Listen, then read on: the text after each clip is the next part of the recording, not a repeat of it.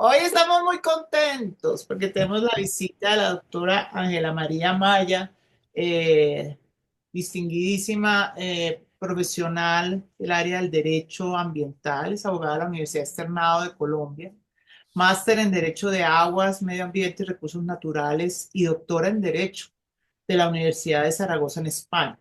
También como Fulbright Visitor Scholar en 2021 estuvo en el Instituto Ambiental y en la American University de los Estados Unidos.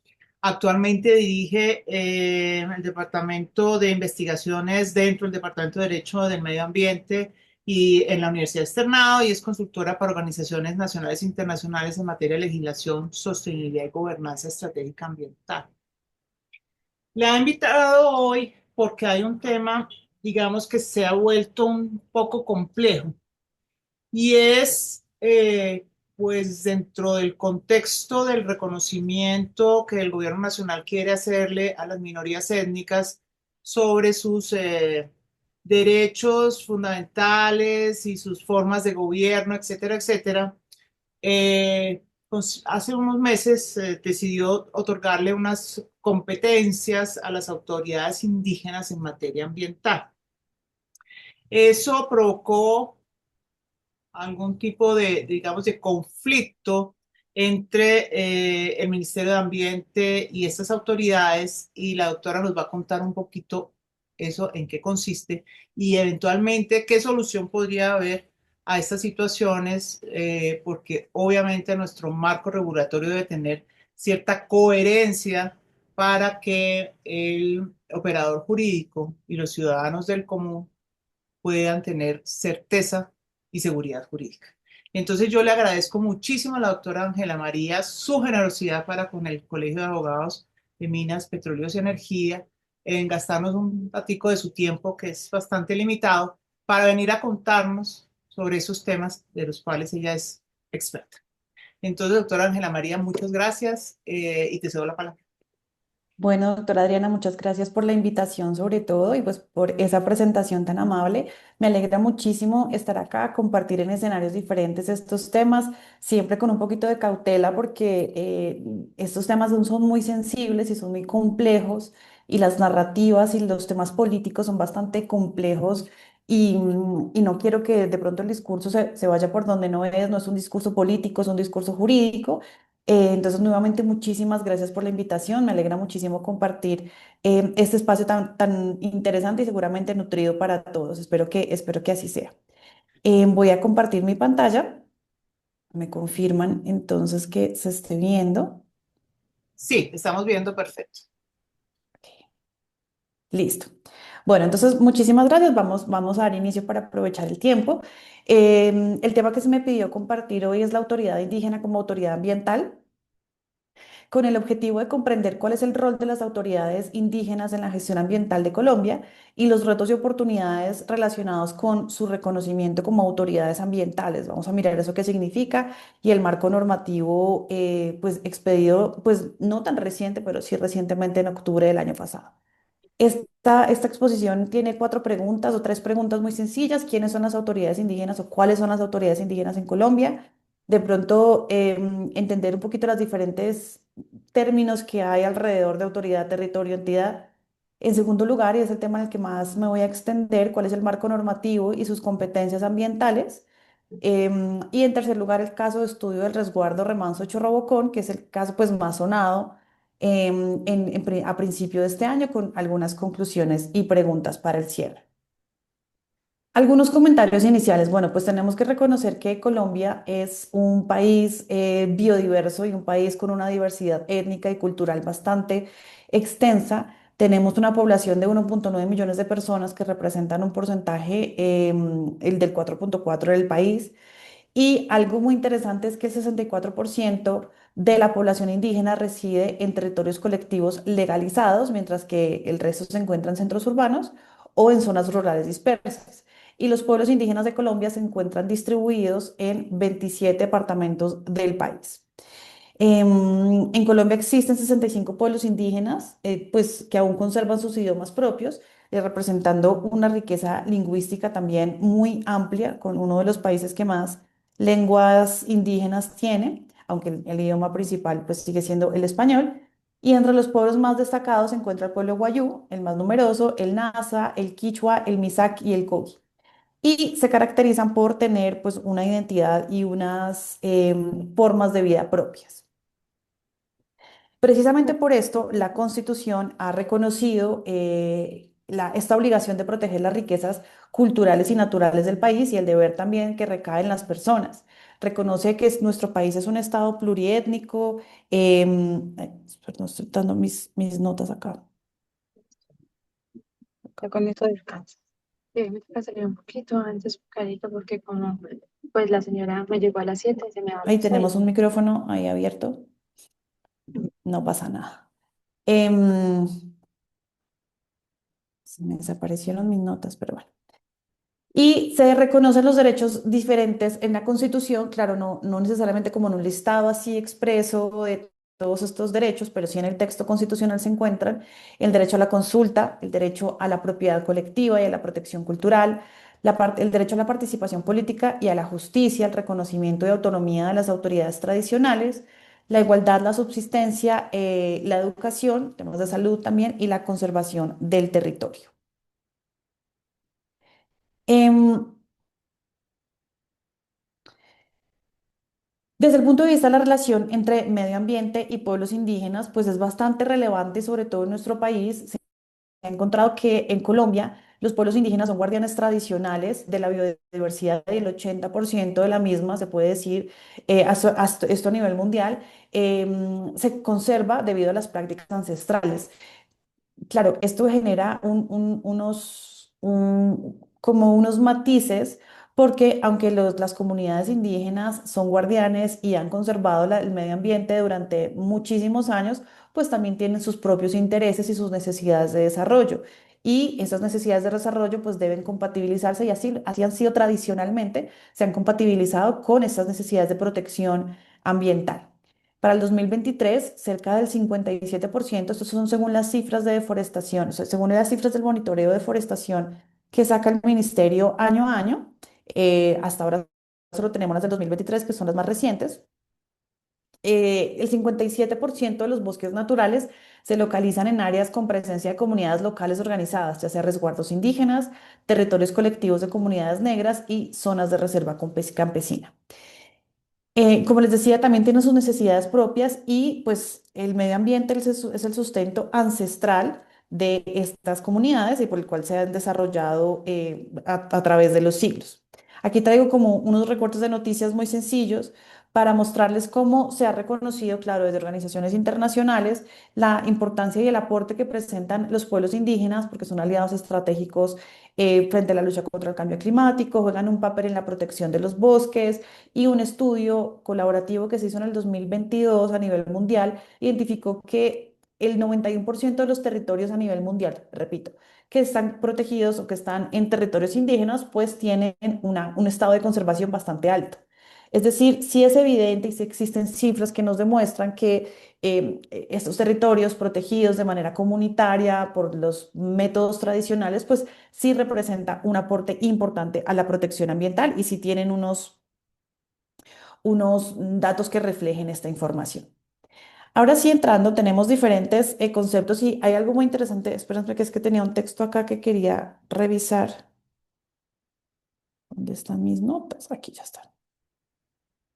Listo.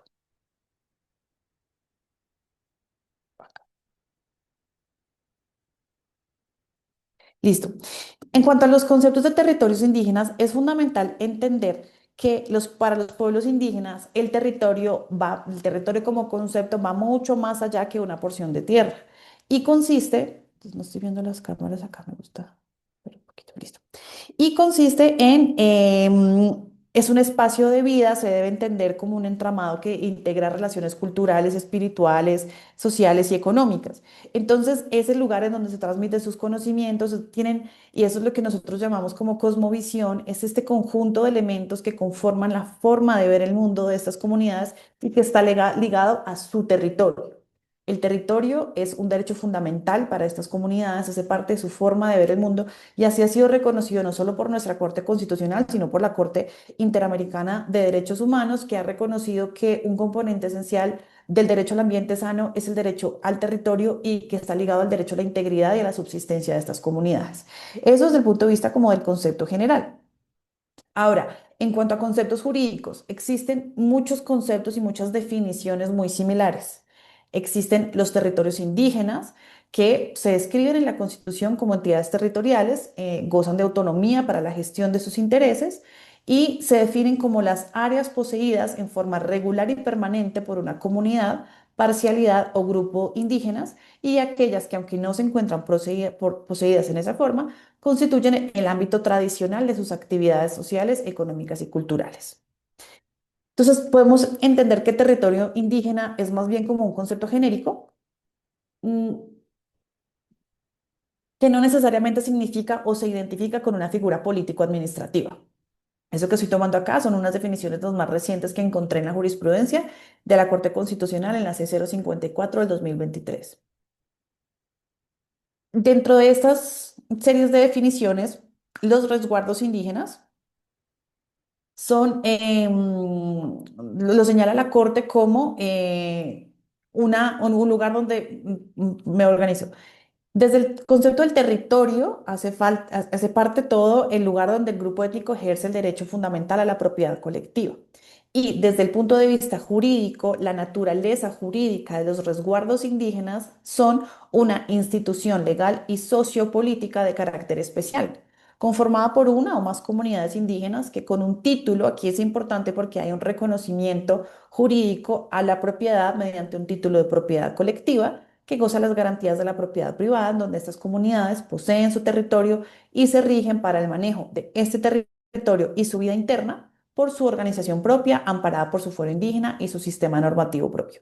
Estos conceptos van a entrar en trascendencia un poco más adelante cuando hablemos como de este pluralismo jurídico y de cómo este decreto del que vamos a centrar nuestra atención busca compatibilizar o pretende compatibilizar estos sistemas normativos propios con los sistemas, digamos, jurídicos tradicionales de de la Constitución, de la Ley 99 del 93.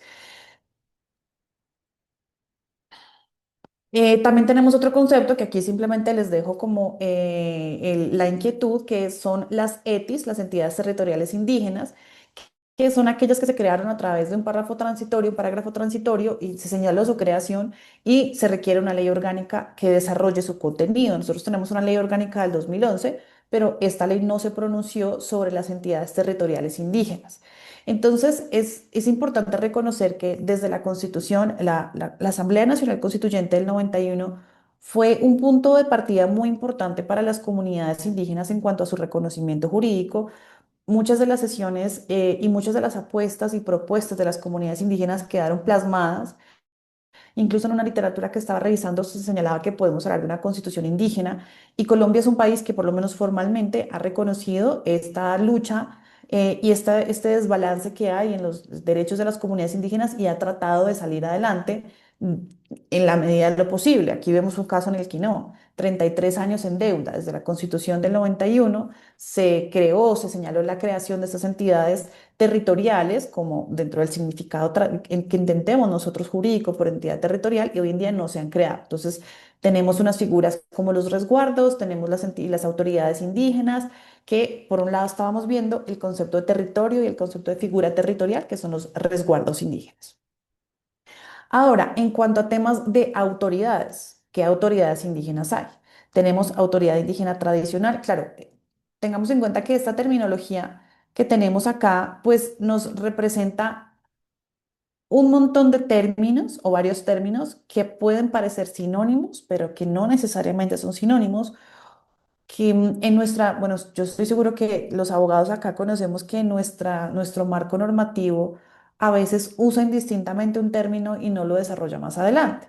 Es el caso, por ejemplo, de los consejos indígenas, que sale en la Constitución, pero que después no lo encontramos como una figura jurídica. Entonces acá, pues es importante ceñirnos a las definiciones jurídicas y vamos a ver más adelante el decreto que vamos a detallar pues no aporta mucho a esta gran confusión o a esta gran multiplicidad de términos, generando pues dificultades para entender quién es competente para qué. Dentro de este contexto, la autoridad tradicional son los miembros de una comunidad indígena que ejercen dentro de su estructura y su cultura un poder de organización, gobierno o gestión o control social.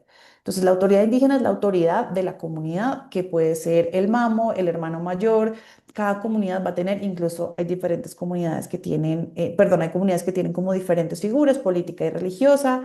Bueno, todo eso va a ser parte de su cosmovisión y también eso refleja las dificultades que hay alrededor de un relacionamiento institucional para la gestión ambiental, pues, porque muchas veces no hay claridad sobre cuál es el representante para un territorio específico. Los cabildos indígenas es otra figura que ya tiene una entidad pública especial, ya tiene como una naturaleza jurídica, cuyos integrantes son miembros de una comunidad indígena elegidos y reconocidos por esta, con una organización social y político-administrativa tradicional que representan legalmente a la comunidad. Aquí ya vemos que encontramos conceptos mucho más jurídicos, entonces representan legalmente a la comunidad, ejercen la autoridad y realizan las actividades que les atribuyen sus propias leyes, usos y costumbres y su propio reglamento interno. Y los consejos indígenas, que como les mencioné, pues salen señalados en la Constitución, es la forma de gobierno indígena conformados y reglamentados a través de sus usos y costumbres. Pero entonces, atendiendo a esta definición jurídica, pues los consejos indígenas no necesariamente son una figura administrativa o política, sino es como una terminología genérica para entender la forma de gobierno propia de las autoridades. Lo que yo les estoy contando acá es como un antecedente necesario y relevante para entender las dificultades que trae este decreto. Evidentemente no quiero pretender abordar todas las diferentes y los matices que hay entre todas las comunidades y los pueblos indígenas de nuestro país, pero sí reflejar la dificultad que hay muchas veces para generar una identidad entre territorio, autoridad y comunidad. No siempre es como tan, como en términos, no sé, de nuestros derechos, el alcalde de Bogotá es uno. Y ese es el alcalde, y la alcaldía es una. En el tema de las comunidades indígenas, pues no siempre no hay esa identidad necesaria entre territorio, comunidad. En la mayoría de los casos sí, pero no es una regla general. Entonces no quiero como pretender que esté abordando o que esté exponiendo toda esta complejidad. Desde el punto de vista constitucional y desde el punto de vista legal y jurisprudencial se ha reconocido los principios que orientan estos derechos de estas comunidades: la libre determinación, la autonomía y el gobierno propio, la participación, la consulta y el consentimiento previo e informado, la identidad e integridad social, económica y cultural, los derechos sobre sus tierras, territorios y recursos que implican reconocimiento de sus prácticas territoriales ancestrales, el derecho a la restitución y fortalecimiento de su territorialidad y la existencia de mecanismos vigentes para proteger y dar seguridad jurídica de los territorios ocupados o poseídos tradicionalmente por estas comunidades.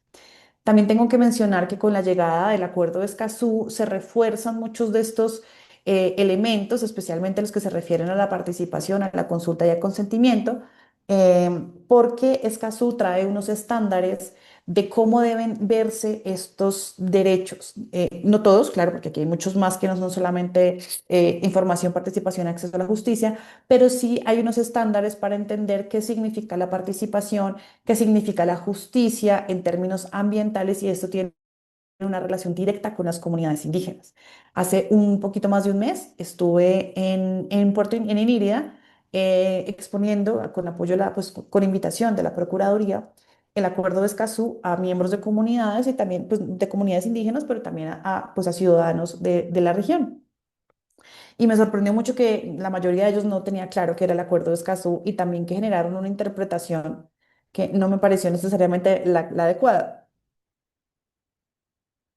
Pues lo digo con mucho respeto, pero los que sí sabían de Escazú habían visto Escazú como una prerrogativa para que el gobierno haga lo que nosotros queremos, para que se nos escuche. Entonces les decía, son dos cosas diferentes. Sí establece unos estándares mucho más amplios para que se les escuche, para que la participación sea efectiva, sea real, sea una participación material y formal, pero no necesariamente eso implica que el gobierno tenga que hacer lo que la comunidad está pidiendo. Existen unos estándares, y la palabra es esa, son unos estándares que establecen cómo debe ser la participación, que por ejemplo, intentar tener la documentación más relevante en los idiomas propios de las comunidades, eso es una información oportuna, pertinente y más o menos se refiere a eso. Entonces, estoy segura que el acuerdo de Escazú, pues estamos esperando la hoja de ruta del gobierno y la implementación, pero desde ya estamos viendo cómo en estos temas de indígenas, pues el acuerdo de Escazú tiene una relevancia importante.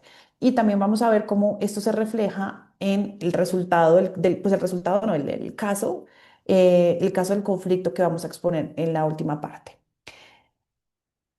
Con esto terminamos esta primera parte que era introductoria y es el marco, pues es la definición o la diferenciación o intentarnos acercar a las definiciones entre de resguardo cabildo como autoridades administrativas y otros conceptos como autoridad, como consejo, que no tienen una significación jurídica tan precisa. Vamos a entrar a la segunda parte que tiene que ver con marco normativo, competencias ambientales. Y voy a empezar con un paréntesis. ¿Cuáles son las autoridades ambientales en Colombia? Yo estoy segura que la mayoría de ustedes aquí ya son expertos en estos temas, pues porque el sector minero, energético y petrolero pues tiene relación diaria con autoridades ambientales, pero me parece importante que hagamos un pequeño repaso del Sistema Nacional Ambiental.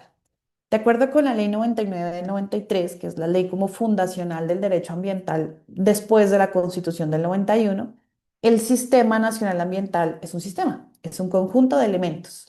¿Cuáles son sus elementos? Los principios, las normas, las entidades del Estado, los institutos de investigación, los recursos económicos y las organizaciones civiles. Entonces, cuando nos referimos a los principios del SINA, pues son los principios que están en el artículo 1, sí, artículo 1 de la Ley 99. Tenemos las normas, pues todo el marco normativo, tanto la Ley 99, el 1076, las normas específicas de sancionatorio y pues todo pues, el nivel reglamentario que existe. Aquí tengo otra gráfica que nos muestra una representación diferente del SINA. Es un poco activa, pero mira que me llama la atención. Hay un SINA central que está conformado por el ministerio, corporaciones, autoridades, parques, ANLA y los institutos de investigación.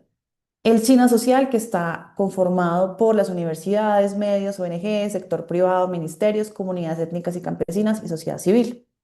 El SINA territorial, que son los departamentos, municipios y territorios étnicos. Miren que sale otro concepto, territorios étnicos. Claro, aquí tenemos que entender que el territorio étnico es mucho más amplio porque incluye no solo a las comunidades indígenas, sino a las comunidades negras, palenqueras, raizales y a las comunidades rom. Entonces, étnico es, digamos, sería el género. Y dentro de este gran conjunto de territorios étnicos, pues tenemos diferentes comunidades que tienen sus propios elementos. En las comunidades negras, por ejemplo, hablamos em, de territorios colectivos, de comunidades negras y consejos comunitarios. Entonces tenemos diferentes terminologías y eso es lo que conformaría el SINA territorial de manera genérica.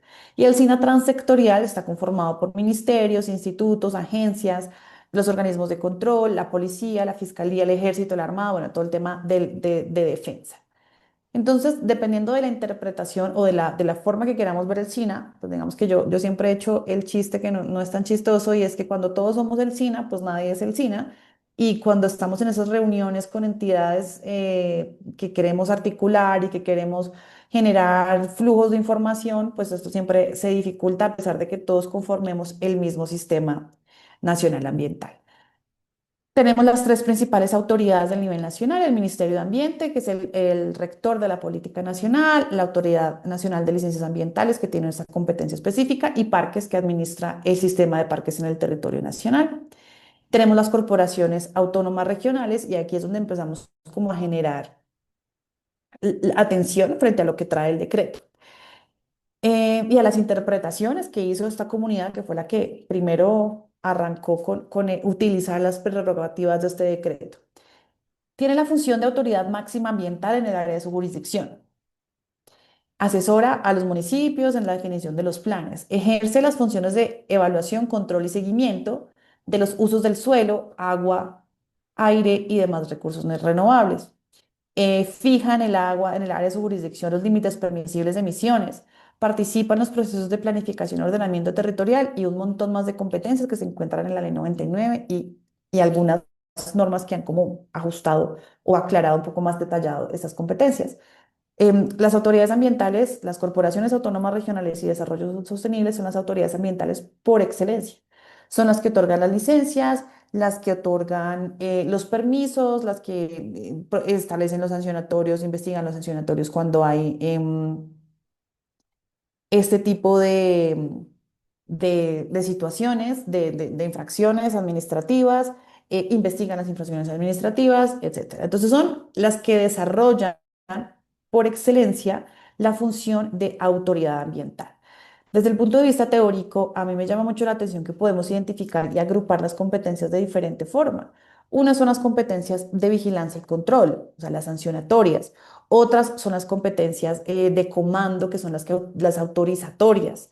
Otras son competencias de vigilancia, es decir, uno de las falencias que, ya me voy adelantando un poco, una de las falencias que yo veo en ese decreto es que no genera una diferenciación porque las corporaciones autónomas regionales tienen muchas competencias y desde mi punto de vista muy personal y académico, no todas esas competencias deben ser trasladadas a los territorios indígenas o las autoridades indígenas. Entonces aquí no se hizo un ejercicio, claro, trabajo pues en temas académicos y soy muy metódica en la forma de abordar algunas cosas, entonces yo hubiera dicho, mire, hagamos una lista de todo lo que hace una corporación y desde el punto de vista del interés general y de la gestión ambiental y de la prevalencia del interés general sobre el particular, pero también ponderando con las comunidades, pues saquemos de esa lista lo que sí y lo que no va.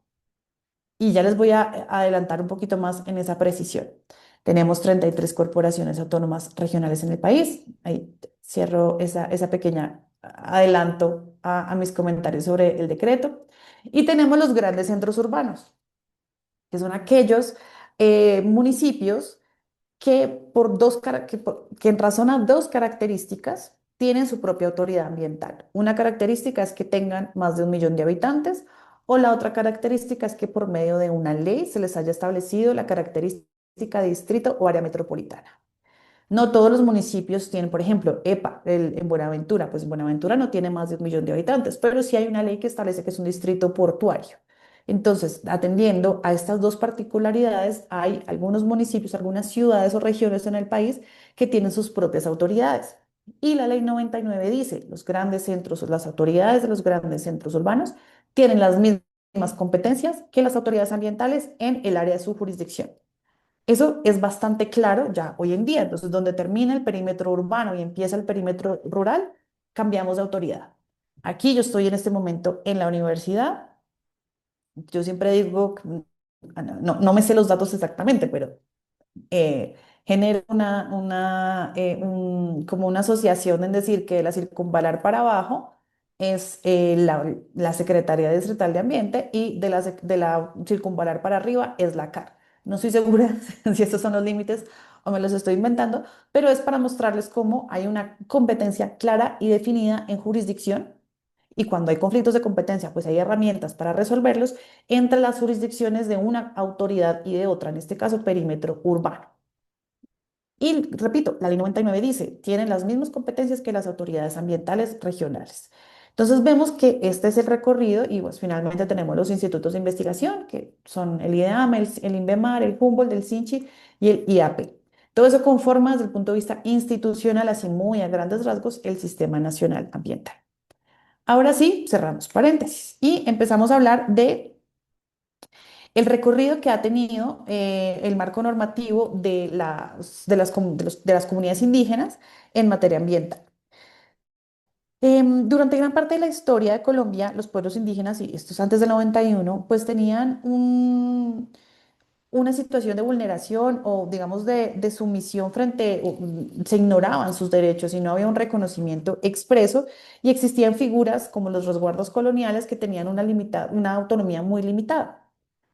Como les he dicho, la Constitución generó un punto de partida y un hito trascendental, no solo en temas ambientales, sino también en temas indígenas, porque se reconoce principalmente el Estado como un Estado multicultural y pluriétnico, y que implica el reconocimiento de los derechos fundamentales de los territorios indígenas, como ya les he mencionado. Otro hito fundamental, que también estoy segura que lo han oído mencionar, es el Convenio 169 de la OIT, que es la Organización Internacional del Trabajo, ratificado por Colombia y que también establece, eso es un instrumento que protege los derechos de las comunidades indígenas y tribales, principalmente sobre la tierra y su territorio. Entonces, lo que me voy a referir ahora en esta segunda parte de la intervención tiene que ver con el marco normativo que da origen o que establece como el contexto, la fundamentación para el decreto que vamos a analizar. El artículo 56 de la Constitución otorga al gobierno la facultad para dictar normas fiscales y las demás relativas a los territorios indígenas y a su coordinación con las demás entidades territoriales, mientras que el Congreso expide la ley, que les dije que nunca se ha expedido, para crear esos territorios indígenas. Nunca se ha expedido, ojo, nosotros sí se expidió, o sea, Colombia sí tiene una ley orgánica de ordenamiento territorial, no me acuerdo los datos, no me acuerdo el número, pero del 2011, pero no se refiere a esto. O sea, hay un mandato constitucional que no fue atendido y lo que se ha dicho es que estas prerrogativas del artículo 56 no se agotan sino hasta que salga esa ley. Entonces podemos seguir usando este artículo como fundamento. Em, los territorios indígenas tienen la función de velar al artículo 330.5, también pues se refiere que tiene la función de velar por la preservación de los recursos naturales según sus usos y costumbres, y el parágrafo establece que la explotación de los recursos naturales en los territorios indígenas se hará sin desmedro de la integridad cultural, social y económica de las comunidades indígenas, y se propiciará la participación de los representantes de las comunidades en dichas decisiones.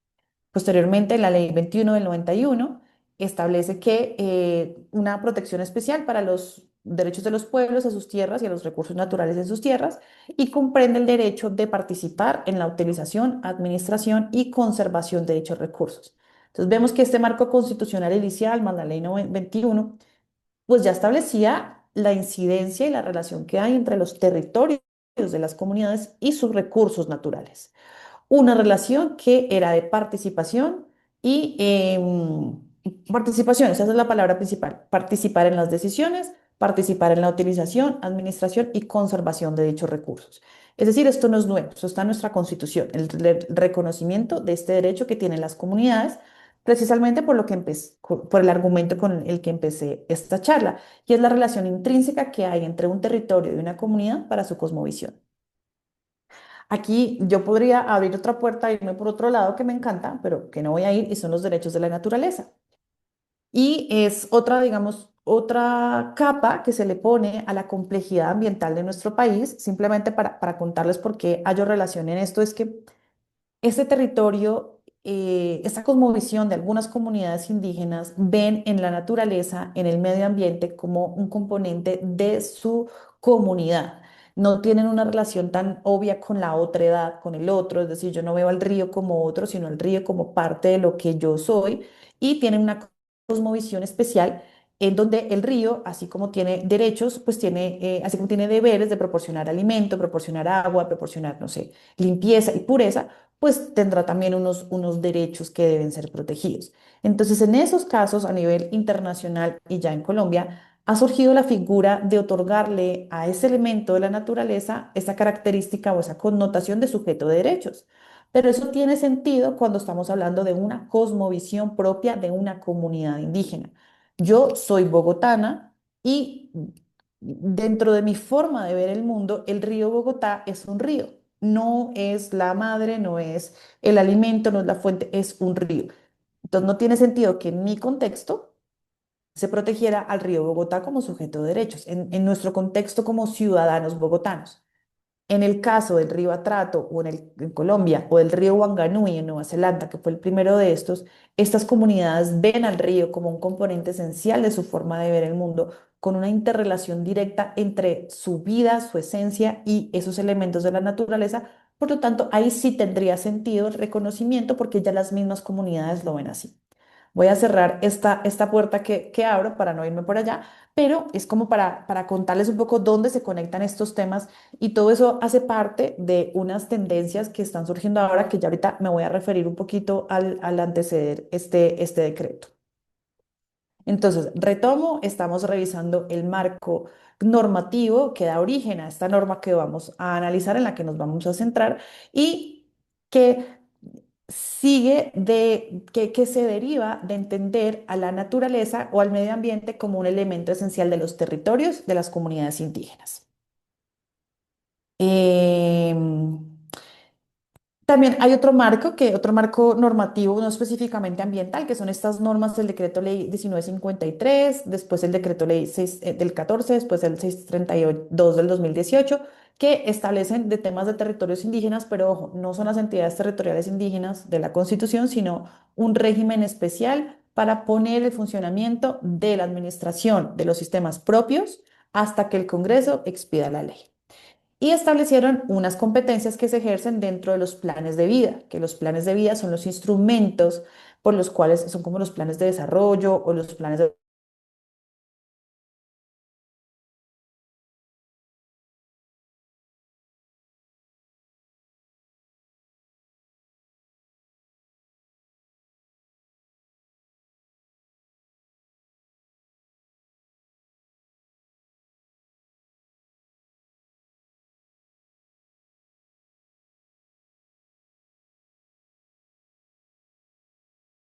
nacional y conforme a los principios de coordinación, concurrencia y subsidiariedad. Después, el decreto 632 del 2018 establece un régimen especial para unos territorios indígenas en unas áreas no municipalizadas de unos departamentos específicos. O sea, este decreto ley es súper específico. No es para todo el país, no es para todos los territorios indígenas, son aquellos que estén en Amazonas, Guainía y Baupés y en áreas no municipalizadas. Y entonces tiene, entre otras razones, o sea, tiene como fundamento fortalecer los procesos que han desarrollado los pueblos indígenas con pertinencia étnica y cultural como condición fundamental para garantizar la eficiencia que requiere la administración y la conservación cultural y ambiental de esos territorios. Por eso también esta ola de los derechos de la naturaleza se llama, o parte o un elemento son los derechos bioculturales, porque en el caso de estas comunidades, la cultura y el medio ambiente es lo mismo. No son sinónimos no son sinónimos, son lo mismo, están integrados dentro de la misma concepción. De todas formas, en esa norma no se dijo nada de coordinación en materia ambiental. Entonces vemos como este transcurrir de la normatividad ha dado como unos pasitos muy cortitos en reconocer unas administraciones propias, unos territorios propios, incluyendo el tema ambiental, pero con mucha timidez y sin ningún desarrollo operativo específico. Es decir, la deuda sigue existiendo. Em, bueno, ahorita les cuento el antecedente pues, de mi experiencia personal. Tengo aquí alguna jurisprudencia que pues traigo los textos, pero subrayado un poco lo más relevante, y es que el artículo 56, que es el que esté transitorio, pues todavía no se encuentra agotado hasta que nos expida la ley, es decir, podemos seguirlo utilizando como fundamento, ha dicho la Corte. Em, Después ay, perdón, están en desorden. En el 2012 la Corte ya había dicho que el reconocimiento del autogobierno de nuestros pueblos solo es posible si se reconoce un territorio y el desarrollo de sus normas y culturas. Y las normas constitucionales y legales también otorgan competencia de vigilancia y control ambiental a los pueblos indígenas. Y se crea la obligación en dichas normas de crear mecanismos de coordinación para hacer posible en la práctica el pluralismo jurídico que se deriva de la Constitución. El fundamento de este decreto 275 que ya vamos a pasar a analizar es este, el pluralismo jurídico de nuestra Constitución. Tendríamos que mirar, pues, cómo se operativizan en la práctica estas concepciones. Y dice, mecanismos que obviamente deben ser concertados entre autoridades, precisamente como la CAR y autoridades indígenas, al menos en lo que se refiere al tema ambiental y manejo de recursos naturales. Entonces ya en el 2012 la Corte había dicho, ok, si existe el derecho y si existe la obligación de reconocer este derecho que incluye la gestión ambiental, pero debe haber una concertación y una coordinación entre autoridades. La 445 del 2016 manifestó que uno de los aspectos que caracteriza a los pueblos indígenas es la visión integral y su relación con el territorio, que es lo que ya les he venido diciendo, formas de relacionamiento especial que permiten la supervivencia y sostenibilidad de diferentes seres y cosmovisiones y elementos de la forma de ver el mundo. Si ustedes ya han podido ojear el decreto 275, estas son las sentencias que vienen ahí. Yo hubiera podido buscar muchas más, pero me llama la atención cuáles son las que utiliza como fundamento el mismo decreto. Otros antecedentes que señalan que las instituciones municipales y las autoridades como las CAR tienen el deber de trabajar de manera coordinada con las autoridades indígenas y viceversa. es necesario crear espacios de coordinación. El Consejo de Estado también ha dicho que tanto las comunidades indígenas como las cárceles están sometidas al imperio de la ley. Importante porque es en doble vía. Las comunidades indígenas también están sometidas al imperio de la ley y a la Constitución. Entonces vamos a ver que ya se empieza como a desdibujar esta necesidad. Y el último caso que no está en el decreto como fundamento, porque yo se los quiero compartir, es un caso, es un 2020, bueno, yo trabajé en el ministerio en la Subdirección de Educación y Participación para el año 2018, 2020, antes de pues, empezando pandemia, y me pidieron participar en una audiencia que había solicitado la Sala de Consulta y Servicio Civil del Consejo de Estado. En este caso era un conflicto de competencias entre una corporación, si no estoy mal, era la del Cauca, y una comunidad indígena. Y tenía que ver con un tema sancionatorio. Resulta que había habido un indígena que había matado a un jaguar o a un felino, no quiero ser imprecisa, no me acuerdo cuál era el felino, porque este felino había entrado a su casa y se había comido la gallina, el perro y el gato. Y entonces el señor indígena había matado al jaguar, creo que era un jaguar, pero no sé, bueno, al felino.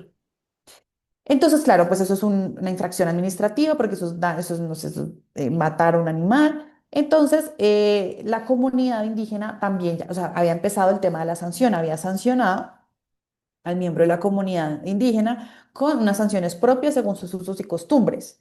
Era un pagamento y, bueno, unas sanciones propias.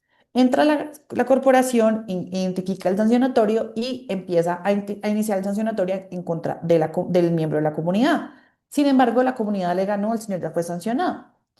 Entonces la sala de consulta, pues yo asistí a la audiencia, fue muy emocionante porque estaban los miembros de la comunidad diciendo que ellos están ahí desde antes que llegara Cristóbal Colón y que nosotros hablarles de derechos, reconocimientos y constituciones, pues porque les vamos a reconocer algo que ya es propio de ellos.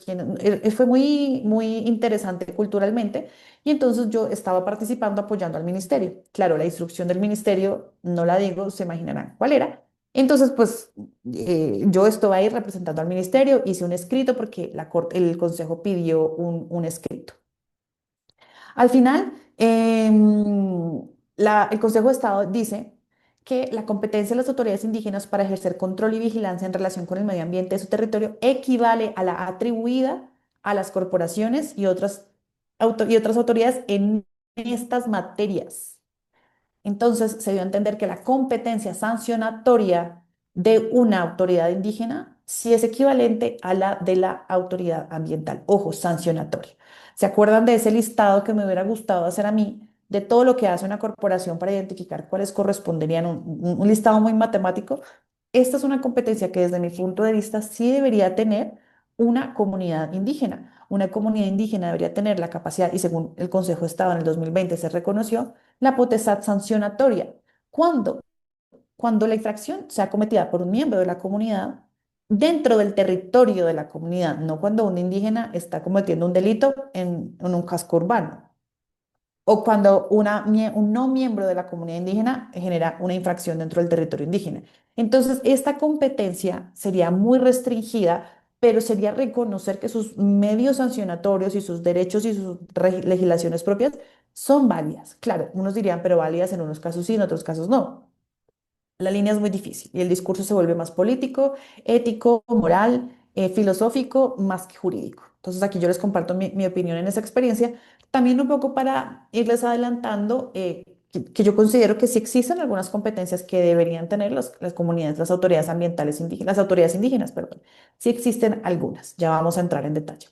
Y finalmente este Plan Nacional de Desarrollo, que también sale en el decreto, establece que todas estas, miren, utiliza más terminología, territorios y territorialidades indígenas, que yo estuve tratando de buscar, pues, cuál es la diferencia entre territorialidades y es un concepto un poco más amplio, no es jurídico, pero bueno, o sea, lo que intenta esta norma es no dejar a nadie por fuera. Y para los territorios colectivos de comunidades negras, afrocolombianas, raizales y parenqueras, este artículo que estoy reseñando es el artículo del Plan Nacional de Desarrollo que jerarquiza las determinantes del ordenamiento territorial. Si nosotros nos acordamos de la Ley 388 del 97, trae unos determinantes ambientales, pero no las trae no señala que haya una jerarquía.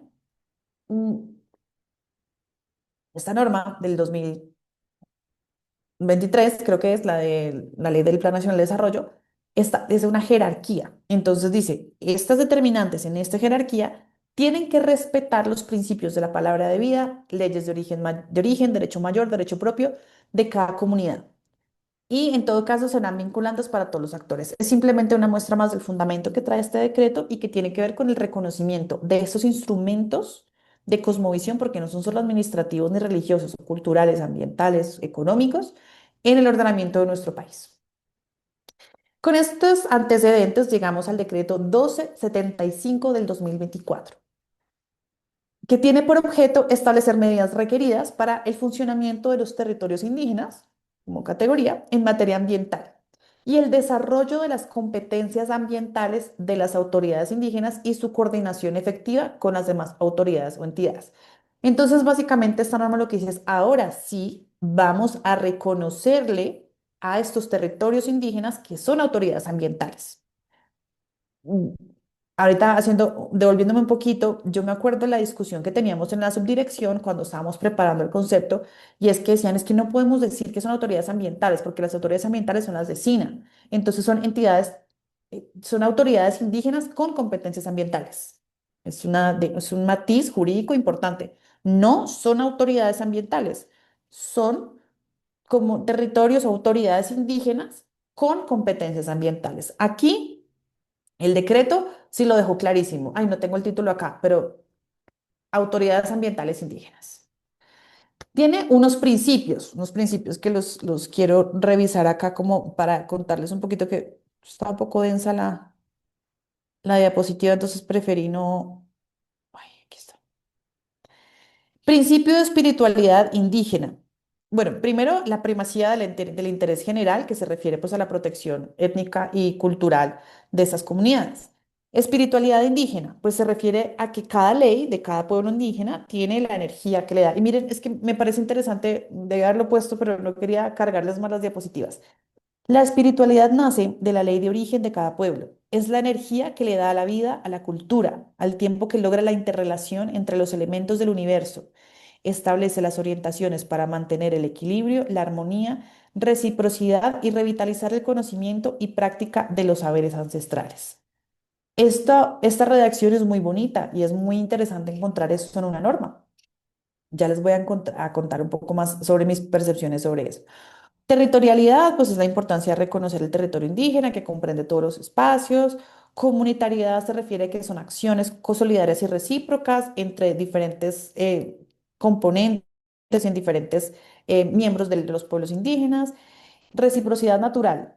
Para los pueblos indígenas, la tierra es la madre que da vida y brinda todos los elementos para la existencia: agua, oxígeno, alimentos y abrigo. A cambio de esto, los humanos le deben retribuir respeto, valoración, protección, uso debido y cuidado permanente de los elementos naturales. Esto ya empieza a tener sentido cuando conectamos con la explicación que les dije de la semilla de los derechos de la naturaleza. Es esto, es la reciprocidad natural. Y eso hace parte de la forma de ver el mundo de las comunidades indígenas. Eso no es exclusiva de las de la Trato, de las de Colombia, no.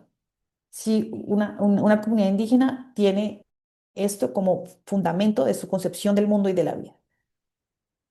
Armonía y equilibrio son fuerzas fundamentales, perdón, son fuerzas complementarias que fundamentan la justicia y el control social, permiten el mantenimiento de la armonía, del orden comunitario en el territorio, regulan las relaciones entre los hombres y estos con la naturaleza, hacen parte de los sistemas de conocimiento, derecho mayor, derecho propio, ley de origen, ley natural, palabra de vida y se fortalecen en el ejercicio de la jurisdicción especial indígena reconocida en la Constitución.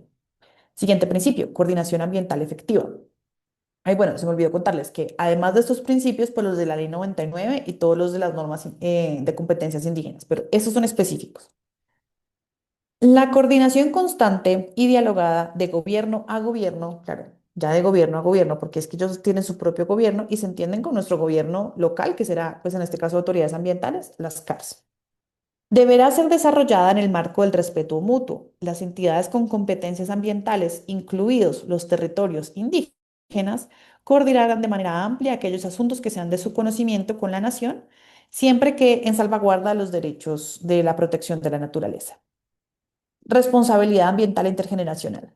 El sujeto individual y colectivo es responsable con las generaciones actuales y futuras en la obligación de garantizar la integridad étnica y cultural de la nación y la protección de derechos ambientales que desde los sistemas de conocimientos, ley de vida, palabra mayor, etcétera, etcétera, resultan esenciales para la existencia de los pueblos indígenas. Integridad territorial y ecosistémica, y pues que todas, dice, las regulaciones que expidan las autoridades indígenas en el marco de su autonomía normativa respecto de protección, preservación, uso y manejo de ambientes, recursos naturales, siempre podrá ser más rigurosa la normatividad ambiental y no menos flexible. Esto es lo que nosotros conocemos como rigor subsidiario. Aquí le cambian el nombre. En caso de que las disposiciones sean más rigurosas, estas deberán ser respetadas por las demás autoridades y o entidades en el ámbito de sus competencias. Entonces, si una norma indígena, según esto, es más rigurosa que una norma de la CAR estaría sujeta a la normatividad indígena. Esto es rigor subsidiario 2.0, o sea, reformulado. Precaución ambiental. Para los efectos de lo previsto en este decreto, ojo, definir un principio en un decreto, o sea, un principio tan importante como la precaución en un decreto que solo aplique para este decreto, desdibuja todo lo que ya ha dicho la Corte y todo lo que se ha hecho al interpretar este principio, en mi opinión. Para los efectos de lo previsto en este decreto, en el marco de la interpretación cultural, se entiende este principio conforme al cual, cuando exista peligro de daño grave e irreversible, para la integridad ambiental o cultural de los pueblos indígenas, la falta de certeza absoluta no deberá utilizarse como razón para postergar la adopción de medidas eficaces para impedir su degradación. Incorpora el elemento cultural dentro de la definición que ya conocemos. Y finalmente, pluralismo jurídico. Para efectos de lo dispuesto en este decreto, en el diálogo entre las autoridades ambientales primará la coordinación, complementariedad e interdependencia.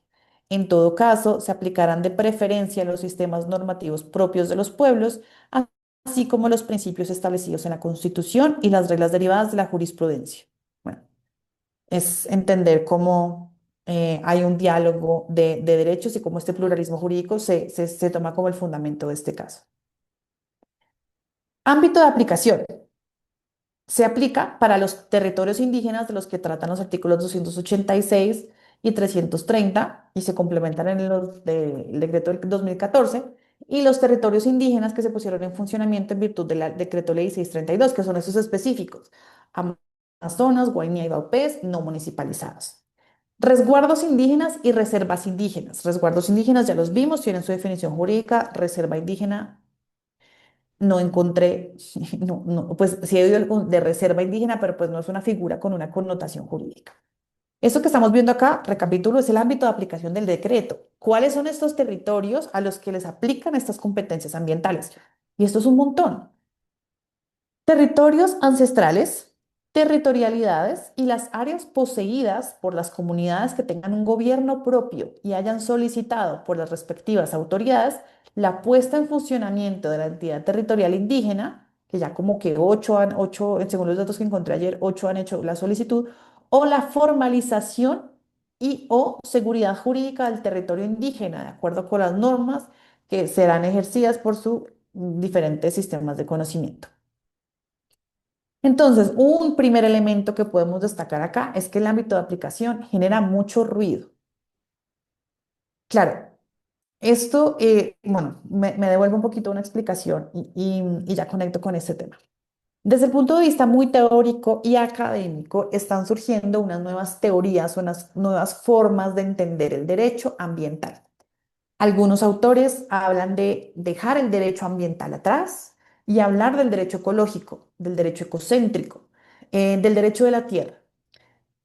Yo pues he estudiado esto porque me encanta como la fundamentación del derecho ambiental y cómo se transforma y cómo el derecho ambiental ya se ve como un derecho de uso y de explotación y agotamiento, entonces no nos sirve. Empecemos a hablar de un sistema jurídico diferente que habla desde el derecho ecológico, desde el ecocentrismo, desde los límites planetarios, etcétera. Uno de los elementos de estos nuevos derechos propuestos, ojo, por la academia, pero que ya encuentran cada vez más evidencia tiene que ver con la integración de la cosmovisión indígena en la regulación occidental. Cómo los derechos de los indígenas y los derechos indígenas y sus cosmovisiones deben introducirse en las legislaciones, en las legislaciones nuestras propias, digamos, no indígenas, como una muestra de este nuevo derecho ecocéntrico, ecológico, como queramos llamar a este nuevo derecho ambiental.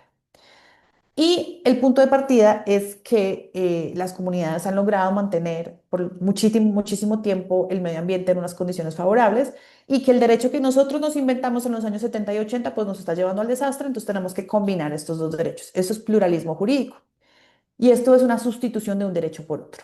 Cuando yo me devuelvo a estos principios y cuando yo los leo, por eso se los leí, pues uno dice, pucha, sí, en Colombia entramos en la era del derecho ecológico, porque eso es lo que piden los autores que hablan del derecho ecológico, que estas legislaciones tengan estos elementos como de espiritualidad, de armonía, de diferentes palabras que pues nosotros no habríamos visto en una regulación no indígena.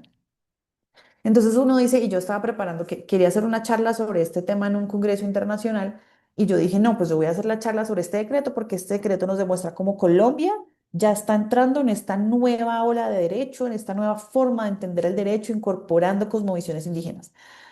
Seguí, avancé con el decreto leyendo, seguí leyéndolo y dije, no, mentiras porque no se operativizó. Para mí, desde mi punto de vista, esto es un saludo, como un reconocimiento de la importancia de estos temas, pero operativamente esto no trae sino inconsistencias en cuanto a su aplicación. En otro webinar que compartimos con Adriana hace como unos 15 20 días, estaba invitado un profesor de la universidad a quien admiro y respeto mucho y que participó en la elaboración de este decreto. Y él decía que el decreto se hizo pensando en esto, pensando en la incorporación de estos derechos que tenemos que reconocer y que hacen parte de la forma de ver el mundo y la forma de gestionar el mundo de comunidades que conviven en nuestro territorio, que nosotros convivimos en su territorio. Y él decía, claro, pues no podía criticar mucho el decreto porque él había sido parte de los que había construido, que no se trata que el decreto está mal hecho, sino que fue mal utilizado por la comunidad. Aquí les voy entrando un poco ya en materia del análisis de caso. Con muchísimo respeto y desde mi punto de vista académico y desde mi entendimiento y mi forma de ver la técnica jurídica, el decreto sí tiene unas falencias importantes. Y eso tiene unas consecuencias muy importantes en tema de confianza jurídica y de legitimidad jurídica. Ya ahorita vamos a profundizar en esos conceptos. Entonces, bueno, primero, empezando, pues esto es cualquiera. O sea, cualquier autoridad indígena puede entrar en estas categorías y podrá aplicar este decreto. ¿Qué dice? Competencias ambientales de las autoridades indígenas. Las autoridades tradicionales indígenas, las autoridades propias de los territorios indígenas, los consejos y otras estructuras de gobierno, los territorios indígenas y las áreas protegidas en los términos del artículo 4 hacen parte del Sistema Nacional Ambiental. Entonces ya vemos que eso que presentamos ahorita, el SINA, ya tiene un componente adicional, que es todo las autoridades indígenas. Pregunta importantísima, ¿y las comunidades negras? ¿Y las raizales y las paranqueras y los rom? No tenemos la respuesta. Dice que tiene principalmente dos competencias o dos ejes de competencias: ordenamiento ambiental territorial y determinación de mecanismos regulatorios de gestión y gobierno, que tengan por fin la preservación, conservación, restauración, protección, cuidado y uso de recursos naturales, sus elementos o recursos de acuerdo con sus sistemas de conocimiento en concordancia con el marco constitucional. Otra vez, esto es todo. De la lista de competencias que hacen las corporaciones, pues esto es todo. Mecanismos regulatorios de gestión y gobierno, de que tengan todos estos fines. Las autoridades indígenas previstas en estas normas establecerán conjuntamente mecanismos directos que permitan la aplicación. Eso es lo único que dice coordinación. Mecanismos directos que permitan la debida aplicación de los principios de coordinación, concurrencia, complementariedad y subsidiariedad, respetuosos de la autonomía y sistemas de conocimiento, con la finalidad de garantizar la protección armónica de los sistemas, de los ecosistemas y territorios, en los casos en los que se supere el ámbito de aplicación y concurran competencias ambientales. Aquí dice un poco que pues es lo que todos sabemos, coordínense. Y los que, pues yo que he trabajado en el gobierno, todo, yo trabajé en el apoyo al cumplimiento de la sentencia de la Corte Suprema de Justicia que declara a la Amazonía como sujetos de derecho, que eso generó un caos institucional muy necesario, pero pues un caos. Todas las reuniones empezaban con debemos articularnos y todas las reuniones terminaban con tenemos como tarea articularnos. Nunca nos articulamos, o por lo menos mientras yo estuve allá nunca vi como un verdadero sentido de articulación. Es decir, esta norma no nos está diciendo nada nuevo, articúlense. Pero, ¿cuáles son esos mecanismos? No los trae. Competencias complementarias. Entonces, como decía un profesor de Derecho Procesal, por aquí pasa un bus, un avión con las puertas abiertas o por aquí pasa cualquier cosa. No contentos con esta amplitud en la definición de las competencias, pues dice que hay unas complementarias. Formular, adoptar y desarrollar en su ámbito territorial los instrumentos de regulación y gestión ambiental en acuerdo con sus planes de vida, sistemas de conocimiento, que tengan como objeto entre otros la protección, conectividad, recuperación de todos estos ecosistemas, etcétera. Incluirán definición determinantes del ordenamiento territorial. Entonces, eh, eh, ahorita cuando pues vamos a empezar a ver, vamos a ver qué pasa con este decreto, pero entonces también aquí entra otra puerta y es la definición de determinantes ambientales, que me parece que aquí hay mucho más sentido de la participación de las comunidades, pero bueno, esos son temas ya opiniones personales. Definir e implementar desde sus estructuras de conocimiento, desde sus sistemas de conocimiento, reglamentos dirigidos a administraciones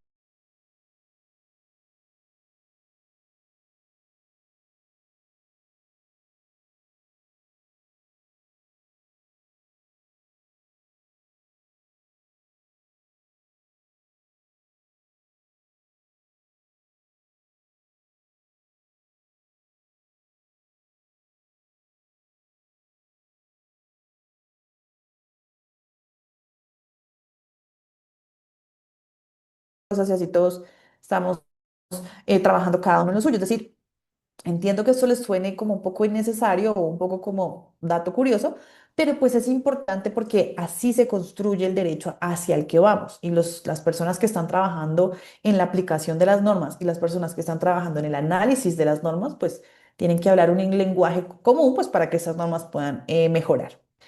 Sancionar. Miren, esto es lo que les decía, que es dentro de lo que me parece a mí adecuado en relación con mi experiencia y con el caso del Consejo de Estado. Sancionar en el marco de la justicia propia a miembros de sus comunidades. En casos de miembros de sus comunidades, punto. En caso de infracciones cometidas por personas que no estén bajo la jurisdicción indígena, la autoridad ambiental competente coordinará con la indígena respectiva la imposición de sanciones y medidas compensatorias, así como las acciones de restauración. Tiene mucho sentido. Si es un miembro de una comunidad, la autoridad indígena es la que tomará la decisión. Planificar, adoptar sus presupuestos y administrar recursos que le correspondan. Entonces, todo esto es lo que pueden hacer estas comunidades.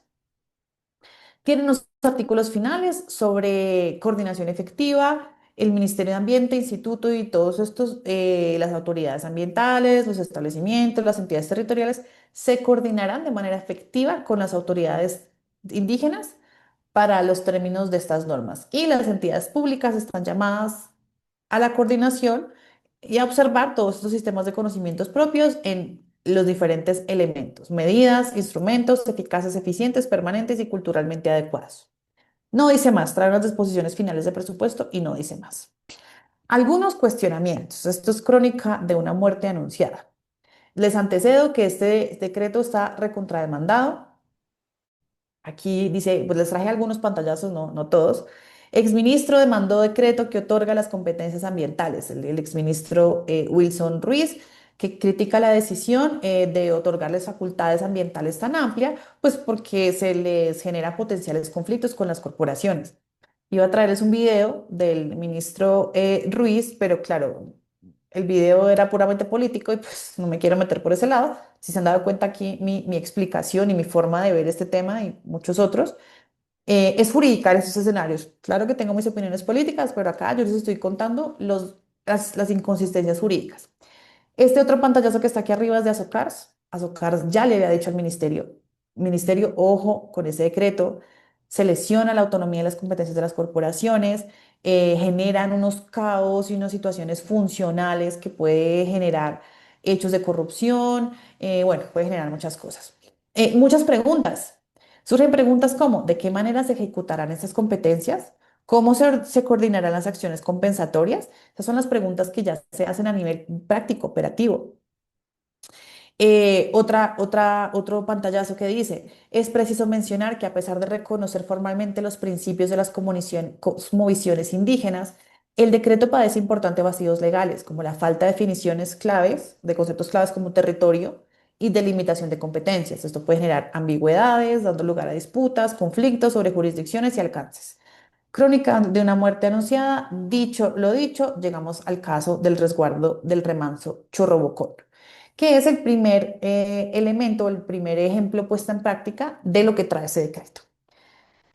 Creo que podemos seguir y dejamos las preguntas al final, ya estamos entrando en la tercera sección de nuestro webinar. Entonces, la comunidad indígena Chorrobocón hace parte del resguardo Remanso Chorrobocón, constituido desde 1986 en el departamento de Guaviare, Guainía, perdón, Guainía, en el departamento de Guainía y hace parte de la comunidad Puinave, que es la más poblada del río Iniria. Tiene elementos importantes de la biodiversidad y pues los cerros de Mavicure quedan cerca, la estrella pluvial del Iniria, todo queda por esas regiones y esa comunidad es una comunidad muy fuerte. La cronología, el 12 de octubre, perdón, el 15 de octubre del 2004 sale el decreto que ya analizamos, el 1275. El 22 de enero de este año sale la resolución del Cabildo, del gobernador Cabildo, resguardo Chorrobocón. Y el 23 de enero sale la del Ministerio de Ambiente. Ya les voy a explicar un poco en detalle. El 14 de febrero se admite una demanda y el 5 de marzo una tutela y medida cautelar. Y desde el 5 de marzo a hoy, tres demandas más. Yo me acuerdo que uno ahí recién desempacado de vacaciones, en esos chats de WhatsApp de temas ambientales en los que estoy segura que todos estamos, me llegó esta resolución, la de las comunidades indígenas, la del resguardo. Y yo empecé a leerla y yo decía, me están fallando, se me están yendo las luces, no entiendo qué estoy leyendo, no entiendo si esto es de Colombia o de dónde es y pregunto en el chat, oigan, estoy como confundida, ¿esto qué? Y todo el mundo respondió, estamos en las mismas. Porque fue un choque tan importante con la forma de nosotros de operar el derecho que esto nos desestabilizó un montón a la mayoría que los leímos. Porque yo decía, pues esto no se parece en nada, pero pues entonces se trata de que no se parezca, se trata de que sí se parezca. Fue como interesante. Y al otro día llega por WhatsApp el del ministerio. Entonces empieza como una serie con muchas temporadas en Netflix. Temporada uno, bueno, temporada uno, la pretemporada fue el decreto del ministerio. Entonces, ahora sí entramos al objetivo de la resolución 009 de 2025 de el Cabildo Gobernador del Resguardo Remanso Chorrobocón, por medio del cual se aprueba una sustracción de área de reserva forestal de la Amazonía establecida en la Ley Segunda, solicitada por la comunidad del Resguardo Remanso Chorrobocón, de acuerdo al radicado tal. Es importante conocer que el resguardo ya había hecho esta solicitud en el 2023 al ministerio. O sea, eso ya estaba en el ministerio. Yo creo, no, aquí sí me estoy inventando el chisme, que apenas salió el decreto, estas comunidades dijeron, ah, no, pero es que ya no tenemos que esperar a que el ministerio responda, nosotros podemos hacerlo nosotros mismos. Entonces, ¿cuál es la historia? La comunidad solicita la sustracción, o sea, la misma comunidad indígena solicita a la Asamblea General de Delegados del Resguardo, o sea, se solicitan a ellos mismos la sustracción de 1.000 hectáreas para la explotación de oro en el río. Y pues la Asamblea delega al Consejo de Gobierno para que realice el trámite administrativo y jurídico. ¿Listo? Entonces ahí de entrada ya empezamos el cortocircuito con nuestros esquemas, digamos, jurídicos tradicionales, no tradicionales indígenas, sino tradicionales de toda la vida, donde uno pide una licencia, pide un título, pide una sustracción. Aquí ya es la misma comunidad la que solicita a la misma comunidad para que su autoridad de gobierno realice. El Consejo de Gobierno, asesorado por un cuerpo disciplinario, profesional y técnico, revisó todos los soportes que se deben presentar para esta clase de proyectos y que deben ser evaluados mediante inspección ocular entre los siguientes. Acta de consulta previa de los resguardos interesados. Claro, ahí sí la consulta previa fue lo primero que estuvo listo. Información cartográfica. Entonces, la información cartográfica aquí, pues no es una información altamente tecnificada, pero también es válida la cartografía social. coordenadas del territorio a sustraer el PTO del proyecto y las actas de reunión de la sustentación del proyecto.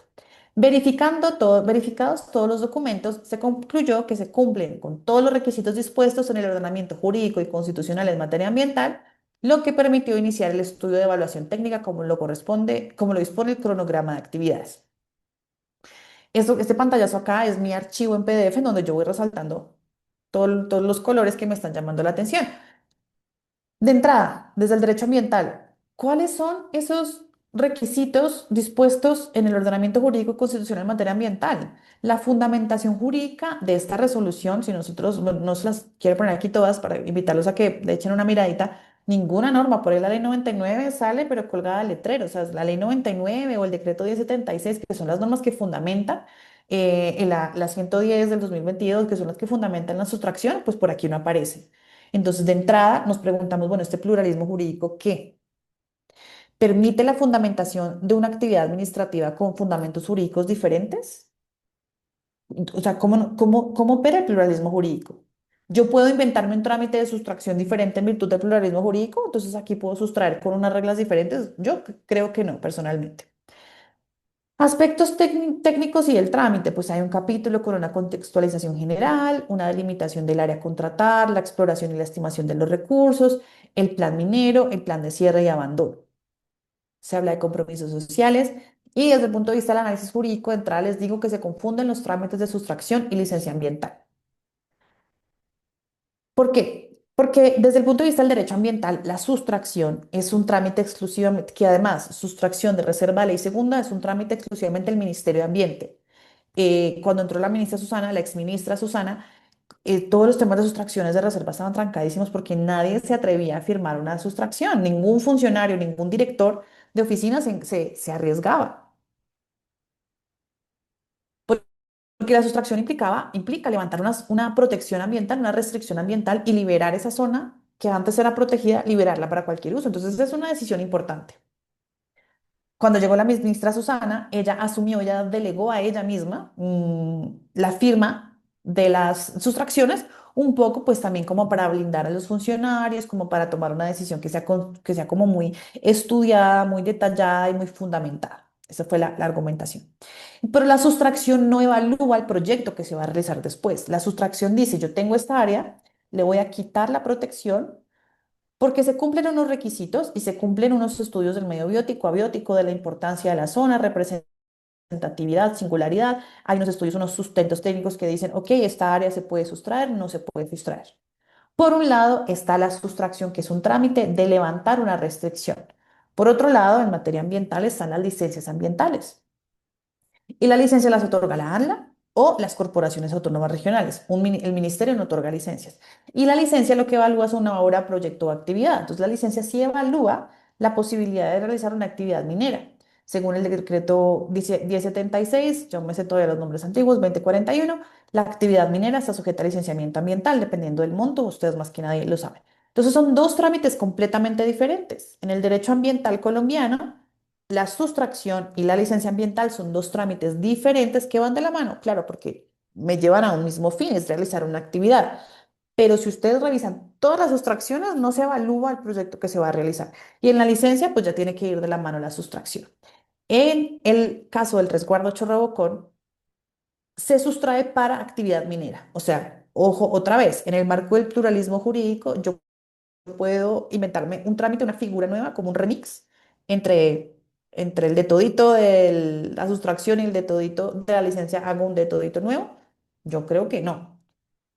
Se incluyen unos análisis técnicos sobre diversos temas, se incluye un plan minero para la realización de actividades de minería de dragado de oro en el cauce del río y se presenta una información sobre la viabilidad del proyecto, que no tendría nada que hacer en un trámite de sustracción. Se señalan compromisos sociales y ambientales sin mayor detalle. No se mencionan medidas, sino como unas áreas en donde se va a reforestar, se dice ahí.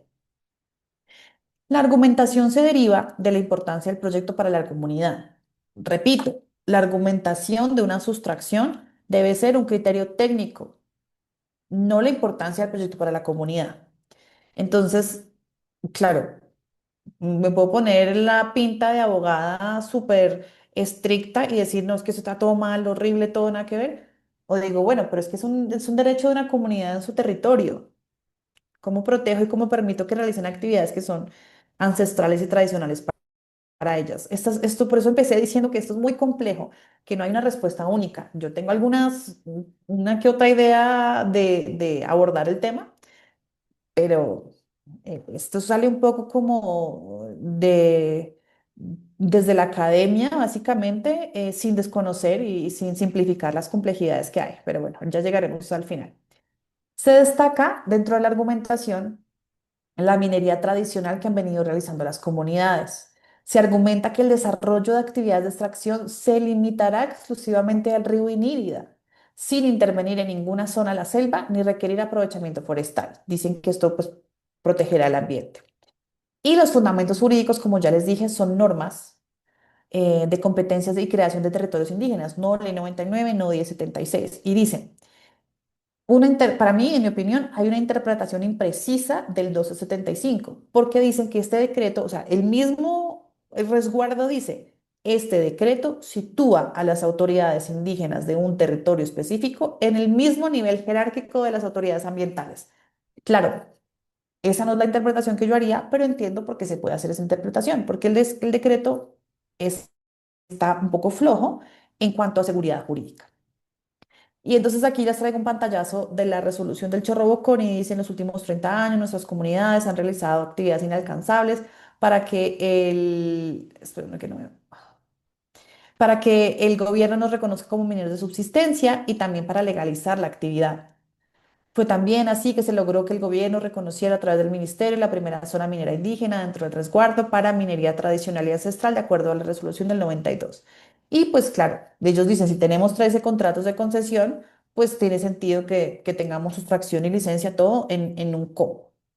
Y diciendo que es una minería amigable con el medio ambiente. Se resuelve. Aprobar, bueno, y un dato curioso, pues que la resolución trae una cita, o sea, trae copia y pega un blog de una firma de abogados muy prestigiosa, citándolo como la fundamentación jurídica. Ese es un dato curioso que yo digo como, no sé quién les ayudaría a hacer esto, pero en todo caso no tocaba copiar. Si los invito a que encuentren la firma que ya. Y yo entiendo pues que no estoy diciendo que la firma haya hecho ningún apoyo, no lo conozco, no la firmaría. Sí se nota que es como un copy paste. Bueno, ¿qué resuelve? Aprobar la sustracción del área forestal, de la Reserva Forestal de la Amazonía Contemplada y segunda solicitada para la ejecución del proyecto minero Bloque 3, explotación de oro y sus concentrados, de acuerdo a los contratos de concesión que ya se tienen. El área sustraída se encuentra definida por las coordenadas, el resguardo no podrá realizar actividades de reserva, perdón, de actividades de aprovechamiento forestal en el área de reserva, ni podrá cambiar los usos del suelo. Em, en caso de que se vayan a necesitar nuevas áreas, requiere un nuevo trámite y se aprueba el plan de restauración presentado por la comunidad, pero yo no vi por ningún lado el plan de restauración. No entendería restauración, o sea, bajo la lógica, si no están impactando, bueno, tendremos que mirar qué se entiende por restauración, no me voy a poner con ese concepto tan técnico. Al otro día, sale la resolución, bueno, y eso quedó ahí, o sea, ya las comunidades dijeron, se están preparando, vamos a arrancar, ya aquí tenemos todas las de la ley, vamos a arrancar con el proyecto minero.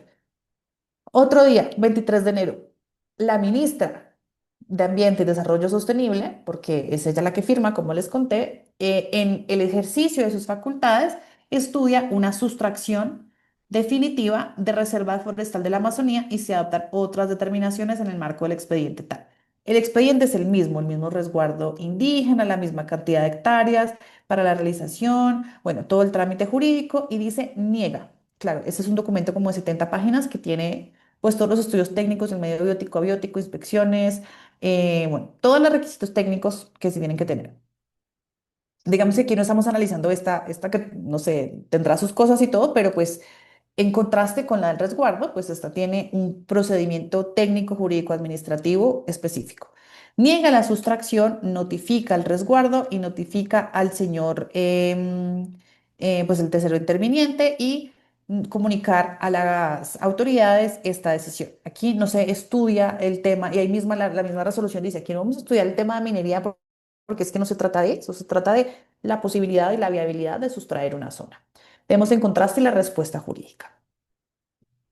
A mí se me desordenaron acá las noticias, pero bueno. ¿Qué pasó después? Entrevistaron a todo el mundo. Y entonces el gobernador dice, nosotros estamos esperando que la autoridad ambiental nos apruebe la licencia o nos demande o demande la resolución que sacamos. Es decir, como ellos ya tenían el trámite por allá en curso de la licencia, para que un estrado judicial nos diga si tenemos o no tenemos razón. El señor gobernador insistió en que el decreto sí les da facultades para aprobar sustracciones y que además ya se realizó una consulta previa. Y la comunidad dijo que sí. Y ya se están preparando para esto. Entonces, en este caso, me devuelvo que me quedaron, perdón, en desorden. El Ministerio de Ambiente radicó una tutela para impedir el proyecto y la tutela se falló a favor. Ya les cuento un poco. Al mismo tiempo, la Procuraduría interpuso una demanda de nulidad simple contra la resolución del resguardo. Entonces, se ataca por un lado desde el punto de vista constitucional el ministerio y por un lado, por el otro lado, la Procuraduría ataca la del resguardo, ¿sí? Ya ahorita recapitulamos. Y el juez falló, perdón el desorden, el juez falló a favor del Ministerio de Ambiente y le dijo, usted tiene que abstenerse de realizar. Usted tiene que abstenerse de realizar el proyecto y usted freno en mano. Les traigo otra cosa un poco contradictoria. De acuerdo con el informe Colombia Explotación de Oro de Aluvión, en el departamento bueno, en este departamento el 100% de las actividades de explotación de oro y coltán fue llevada a cabo de manera ilegal. ¿Por qué les traigo esto en contraste? Porque es que no podemos perder de vista los dos puntos, o sea, no podemos perder de perspectiva qué está en juego acá. El gobernador del Cabildo señaló que la opción que les ha ofrecido el gobierno es desarrollar otros proyectos productivos, pero dice que hasta ahora no se han hecho presentes para apoyar a su comunidad. El gobierno no entiende las necesidades de las comunidades indígenas. Nos está diciendo que cambiemos ese proyecto por otro que no afecte de manera significativa al ecosistema, pero el gobierno no hace presencia en el territorio. En los resguardos indígenas, la presencia del gobierno es nula. No hay inversión, no hay proyectos productivos que ayuden a mejorar la calidad de vida de los habitantes. Entonces, por eso traigo esto como de choque. Vengo diciendo, sí, el decreto lo tumbaron, los indígenas no tenían la razón, pero miren lo que está del otro lado. Y aquí la idea es buscar una forma sostenible, casi que se ha dicho que no me gusta como, en derecho sí, pero no así. Pues básicamente eso es lo que pasa. ¿Qué va a pasar? Entonces, digamos, el resguardo Chorrobocón, la decisión del resguardo Chorrobocón ya fue la tutela, salió, la tutela, no les traje el pantallazo, pero bueno, la tutela fue favorable a los intereses del ministerio y ese resguardo pues se encuentra, no tiene aplicación. Ahora, frente al decreto 275, ¿qué va a pasar? En julio, cuando antes de que saliera, el ministerio, el Azocars le había dicho al ministerio que este tema es complicado, es peligroso, como ya les había dicho, que es el director ejecutivo de Azocars. ¿Y qué va a pasar con el decreto? ¿Cuáles son mis conclusiones? Ah, bueno, y me devuelvo. El decreto fue demandado ante la Corte Constitucional, tiene dos demandas, de eso fue en febrero, ya se acumularon las demandas, y la Procuraduría también solicitó una demanda de nulidad ante ya el decreto del ministerio. Entonces, los dos el resguardo de Chorrobocón ya fue atacado, ya fue dejado sin validez y el decreto que lo sustenta, pues, en el que se sustenta, perdón, también está siendo atacado. Yo creo que ese decreto es altamente probable que salga del ordenamiento jurídico. Mis conclusiones. Aunque es un avance el reconocimiento de las autoridades indígenas en materia ambiental, su inclusión en el SINA y la forma como se hizo este decreto ha generado incertidumbre en las normas que regirán, en cómo van a regir esas decisiones. Comentándoles la experiencia del otro webinar en el que asistimos con Adriana, el colega decía, es que el decreto no quedó mal hecho, sino fue mal utilizado. Y tenía una explicación muy teórica desde el ser y desde el deber ser. Yo personalmente creo que el decreto no es claro y que los problemas se derivan del decreto. Si el decreto estuviera más claro y más concreto, las posibilidades de una mala utilización se reducirían o las complejidades se reducirían. No es claro cómo se garantizará la especialidad técnica de las autoridades indígenas, esos estudios técnicos. Y claro, pues eso se requiere un poco de apoyo, infraestructura y capacitación a las comunidades. Y yo estoy segura que las comunidades saben que va a impactar su territorio. Es decir, tenemos que mirar cómo los conocimientos tradicionales con los conocimientos occidentales pueden llegar a una decisión. No se trata ahora, entonces, no, que si no me presenta la cartografía a nivel, no, no, hay cartografía social que es perfectamente válida. Esto afecta a la seguridad jurídica en un país en donde esto ya es un tema bastante complejo. Y si bien es fundamental, estoy convencida de que hay que proteger la autonomía indígena y que hay que proteger sus prerrogativas, este ejercicio debe garantizar coherencia con el marco jurídico ambiental, evitando esas fragmentaciones normativas que debilitan los ecosistemas. Todo eso también, claro, así como hay esos pantallazos que les mostré, hay un montón de pantallazos de análisis del decreto, de los cuales pues también he nutrido mis opiniones. Y es indudable que este conocimiento ancestral es muy valioso, de verdad. Yo soy fiel creyente de que nuestro derecho, nuestra ley 99, nuestras figuras requieren un poco más de conocimiento ancestral, de incorporar esta cosmovisión en la forma de tomar decisiones. Pero no así, porque se requiere, una gestión ambiental requiere tecnología, infraestructura, financiación, apoyo técnico. Y este decreto no dice nada. También si el gobierno pretende que no se desarrolle minería en estas zonas, bueno, ¿cuál es la alternativa que le va a ofrecer a estas comunidades? Es lo mismo que pasa en el Amazonas con la deforestación y la coca, no, no hay más opciones. No es claro cómo todas estas nociones se van a aplicar en la práctica. ¿Cómo podemos utilizar la armonía o la espiritualidad para fundamentar una política ambiental? Esto suena muy bonito y lo que les decía cuando yo me emocioné, yo dije, no, ya estamos en el derecho ecológico y al final digo, ¿y esto cómo se opera? O sea, es que no sirve simplemente por echar el discurso o poner unos conceptos muy bonitos y muy interesantes y muy inspiradores y después no, después frenar un poco esa implementación. Finalmente, yo creo, es altamente probable, no tengo información de nadie, o sea, no sé en qué van esos procesos, pero yo creo que es altamente probable que el decreto salga al ordenamiento jurídico, ya sea por vía de nulidad o por vía de inconstitucionalidad. ¿Y qué es lo que pasa? Se desgasta la confianza. Las comunidades se van a alborotar porque se les dio algo y se les quitó. No va a haber confianza en la legislación. El ministerio, ya, y por ahí estuve, claro, como estuve leyendo ayer, pues hay unos talleres de socialización, ahí encontré una página del ministerio donde habían hecho unos talleres explicándoles que el trámite de sustracción sigue siendo el trámite de sustracción, que este decreto no incluye la sustracción. ¿Y por qué no lo dice? ¿Y por qué no lo dice? Cuando uno estudia técnicas jurídicas, y aquí aprovecho a echarle la cuña al doctor Luis Ferney Moreno, que trabajé con él y me enseñó muchísimo sobre técnica normativa, me decía, doctora, pues la ley tiene que decir lo que es y lo que no es, o sea, lo que trae y lo que no trae, qué excluye, qué trámites no se pueden hacer bajo esa ley. Esto, el decreto no dice nada de esto. Entonces, el decreto está muy abierto. Yo creo que por un lado, por el otro va a salir del ordenamiento jurídico, desgastando la confianza institucional, desgastando la confianza de las comunidades indígenas, generando una conflictividad social mucho mayor y digamos que se borró con la mano, con el codo lo que se hizo con la mano. Bueno, con esto termino, pero soluciones. Espérame que se me perdió la pantalla. Soluciones, pues yo la verdad no les tengo las soluciones, les tengo propuestas. También siguiendo todas estas técnicas de mejora regulatoria del diseño, derecho como el derecho como un servicio diseñable. Yo creo que eso se tiene que hacer de la mano de las comunidades y la respuesta práctica para esto debe ser protocolos y pilotos. Pilotos regulatorios. Oiga, vamos a hacer un caso de estudio, vamos a coger este resguardo y vamos a mirar cómo opera en otros temas de nuevas tecnologías. Hay sandbox regulatorios, que son aquellos escenarios en donde se testean las normas.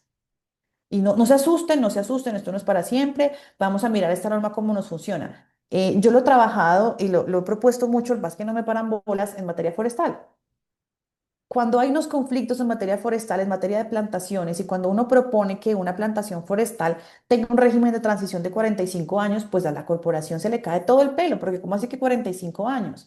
Pero pues si usted haciendo yo estoy dejando que esa empresa salga del territorio y que restaure con bosques nativos, tengo que proteger y garantizar derechos, hagamos un piloto, hagamos un marco jurídico específico, aterrizado entre la empresa, entre la corporación y apliquémoslo, pero construido en pilotos, en procesos específicos, no en un tema nacional, hasta no saber cómo funciona esto.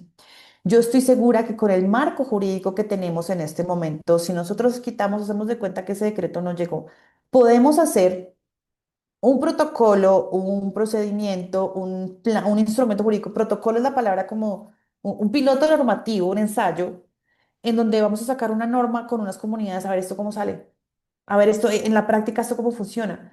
Yo sé que esto dice, pero es que ¿qué nos vamos a poner a estudiar con todos los problemas que hay en el territorio y esa señora proponiendo estudiar más? Necesitamos es soluciones. Y esta no fue.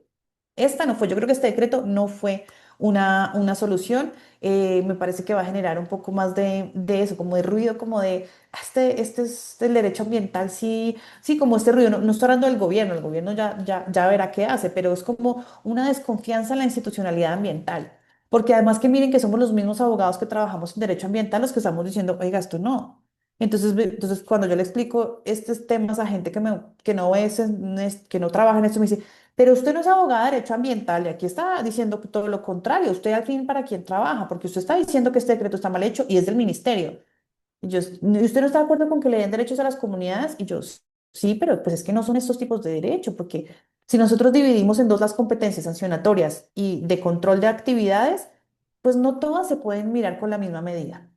Entonces mi propuesta, claro, entiendan desde dónde vengo, vengo desde la academia, vengo desde el derecho ambiental, vengo pues desde analizar estos ejercicios en otros países y en otros sectores, es aterrizar a casos concretos, a experiencias concretas, a buenas prácticas y decir, mire, definitivamente tenemos que modificar el decreto y sacar una lista de lo que este decreto no cubre.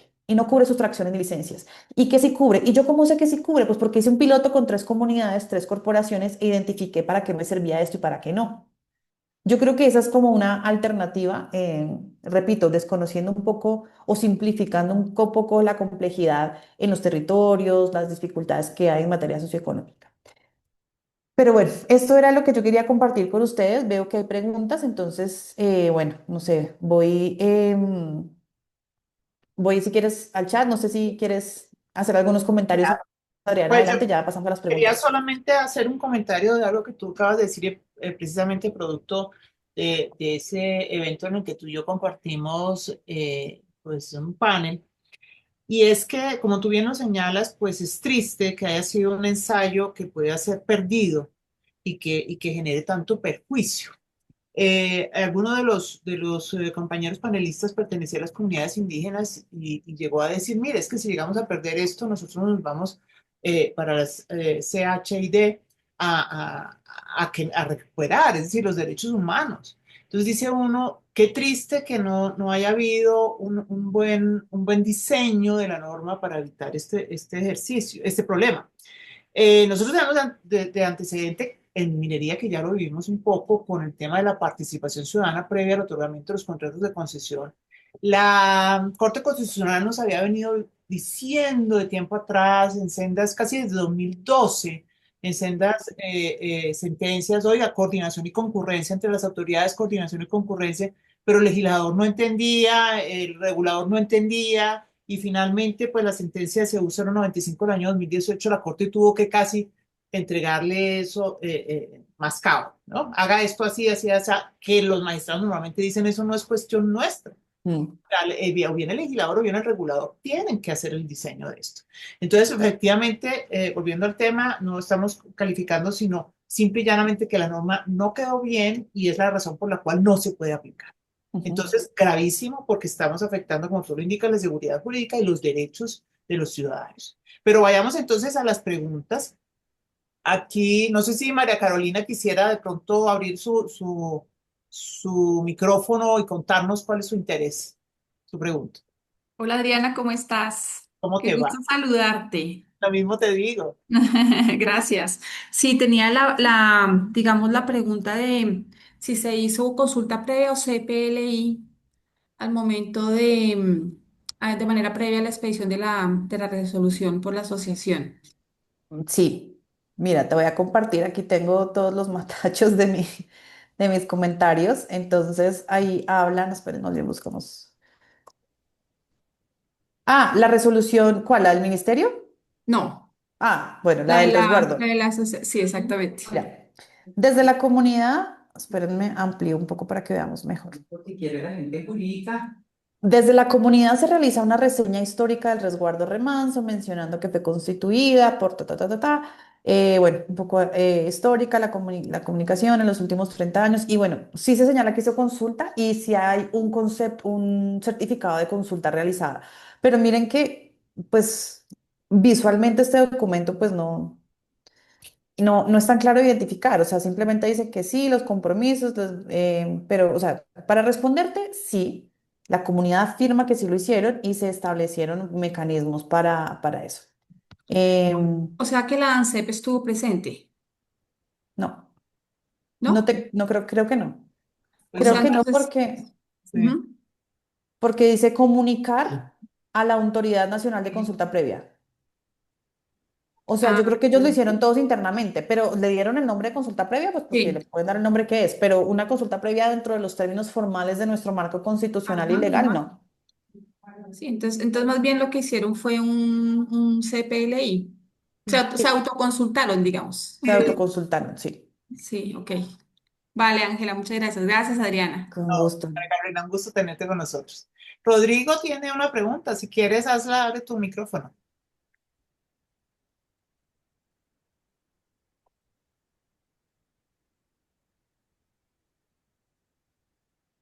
Rodrigo.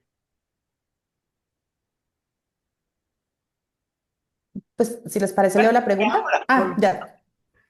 es que soy, bueno, yo he tenido varios inconvenientes con el tema antes del decreto en el Huila. Yo he trabajado más de 20 años en la Corporación Ambiental del Huila, acá, y digamos aquí hay muchos resguardos. Somos vecinos del Cauca y eso trae una complejidad de situaciones, de pronto no han salido como la que sucedió con un decomiso que se hizo en Caldas, con Corpo Caldas, que es la que, una sentencia de las que mencionan, pero he tenido varias situaciones. En el caso de Neiva, en el municipio de Rivera, por ejemplo, que esa es la segunda pregunta que estaba escribiendo, eh, un resguardo tapona el agua a los demás usuarios y lo tapona en un sitio fuera de resguardo, fuera de su territorio. Entonces se inicia un proceso, eh, digamos, administrativo, pero entonces ahí surge la duda si un resguardo puede ser sancionado. Hay una ley vieja que dice que son pobres de solemnidad los indígenas. Entonces, pues queda la inquietud. Hay una contravención y lo hace, digamos, el gobernador de resguardo, digamos, apoyado por el Consejo de Resguardo, y lo hace fuera de su territorio. En el caso de la Territorial Occidente en La Plata, por ejemplo, se ha decomisado madera de salvoconductos que otorgan los resguardos del Cauca para movilizar madera fuera de su territorio. Pues la norma decía que supuestamente las autorizaciones que ellos dan es para uso de la madera propia, o sea, como fuera un permiso doméstico, o sea, asimilaría un permiso doméstico. Y muchos resguardos también en el Huila dan salvoconductos, a veces inclusive le venden la madera a otro resguardo, entonces de resguardo a resguardo dan un salvoconducto, pero pasan por territorio que no están en el resguardo. Yo le consulté al Ministerio de Ambiente, me contestaron un oficio, me dijeron que no, que esos permisos no son legales. Entonces tendrían que ellos ir a la autoridad, a las corporaciones, a sacar el permiso de aprovechamiento para para poder dar un salvoconducto. Cuando uno hace un salvoconducto en la plataforma del Sistema Nacional, le sale qué autoridad fue el que dio el permiso y digamos, eh, hay varias situaciones que se dan y que eso antes del decreto, ahora con el decreto, pues ellos pues han aumentado esa situación. Y me parece que esas limitaciones o lo que puedan tener de limitaciones, a ellos nadie les ha socializado o sensibilizado el tema. Entonces, pues mis inquietudes es hasta dónde esos límites eh, son complicados y la relación, a pesar de que ha sido buena, siempre se presentan ese tipo de casos que han sido complicados. Eso era lo que quería decir. Bueno, Gracias. Rodrigo, muchas gracias. Bueno, varias cosas. Voy a empezar por la pregunta del tema forestal, que es el tema que yo más trabajo, y es que recordemos que para la utilización de productos forestales se requieren una serie de instrumentos para su uso y otros para su movilización. ¿Cuáles son para el uso? El permiso de aprovechamiento o el Ministerio de la Ley, y en el caso de las comunidades indígenas, ellas pueden aprovechar sin necesidad de permiso específico para algunas prerrogativas. Después, en la cadena forestal viene el salvoconducto, y el salvoconducto va anclado a un permiso en la plataforma. Hay una cosa que se llama un uso por ministerio de la ley, es que una persona puede coger tres troncos de madera y cogerlos y cortarlos pues, para satisfacer sus necesidades. El uso por ministerio de la ley no da lugar a salvoconducto porque no hay ninguna actuación administrativa, sino la persona fue y taló los árboles. Entonces, los salvoconductos que no estén anclados a permiso son ilegales. Si hay un salvoconducto que está como un talonario, un talonario de una rifa, si se reparten salvoconductos sin que el salvoconducto esté anclado a un permiso, es ilegal. ¿Por qué? Porque en el aprovechamiento por Ministerio de la Ley no se permite la movilización de la madera. Tengo que hacer aquí otra echada de agua al ministerio. Llevamos como desde 1996 con la norma de aprovechamientos forestales sin actualizar. Todos los años el ministerio dice que va a sacar la nueva norma forestal porque está completamente desactualizada en esta materia. O sea, no es que no es expresa en estos temas. Pero bueno, entonces, para resolverte, esas salvoconductos que expiden las comunidades indígenas son ilegales. Hay que ir a la corporación para que la corporación expida el permiso de aprovechamiento forestal. Si resulta que no se requiere el permiso porque es para un uso tradicional de la corporación, esa madera no se puede comercializar y no se puede movilizar, por lo tanto no hay cómo sacar un salvoconducto. Entonces, ¿yo qué invito? Yo siempre invito lo mismo, porque esas dudas forestales sí las veo todos los días. Siéntase con la comunidad y corporación saquen un protocolo. Un protocolo es, ¿cómo vamos a manejar eso, señor indígena? Usted no puede hacer esto. Porque, claro, ahora la conversación se va a empeorar poco con este decreto, porque el indígena va a decir, mire, yo sí puedo. Y entonces paso a la segunda pregunta. ¿Hasta dónde van estos límites? No sé. Porque es que el ministerio no fue claro. Y yo te puedo interpretar y yo te puedo sacar muy ñoñamente mi listado de competencias. Yo te digo, estas sí, estas no, estas sí, estas no. Pero así del otro lado alguien me puede hacer una interpretación diferente. Para eso es que se hacen las normas de una forma específica y para eso es que tenemos que aterrizar.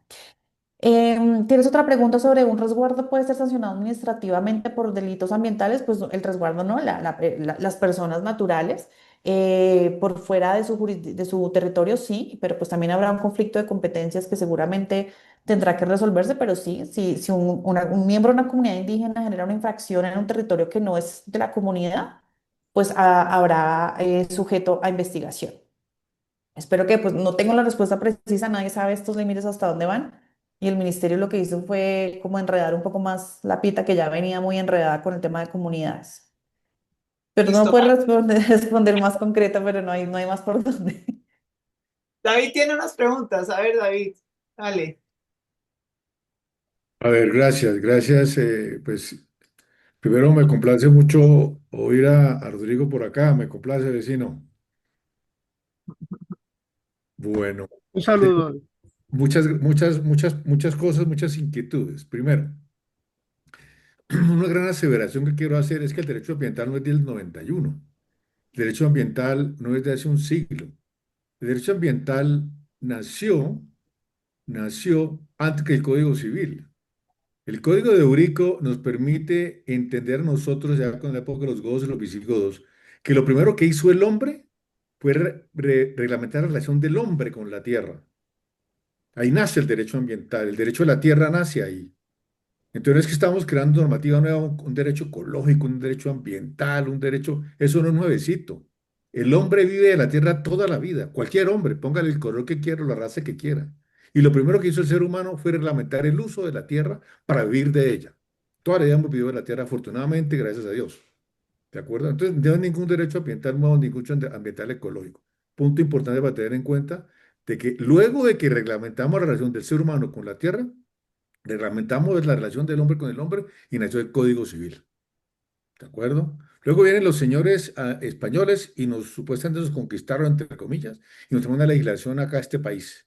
¿De acuerdo? Vamos a hablar de esos resguardos. Esos señores vinieron y dijeron, esto es mío allá un señor que está en Madrid, eso es de este señor que está allá con una corona, y vienen y le quitaron la tierra a los indígenas. Primer conflicto social importante en el mundo. Y luego, ¿por qué? Porque había en su momento unas autoridades que eran autoridades papales, que fungían como árbitros del mundo, con competencias jurisdiccionales. Y dijo la bula papal de ese entonces, la alejandrina, portugueses a mano derecha suyo, españoles a mano izquierda suyo. Le dieron la facultad a esa gente para explotar el mundo y llegar a quitar la tierra a los que la habitaban en su momento. Llegaron acá, encontraron unos habitantes, llamaron indígenas.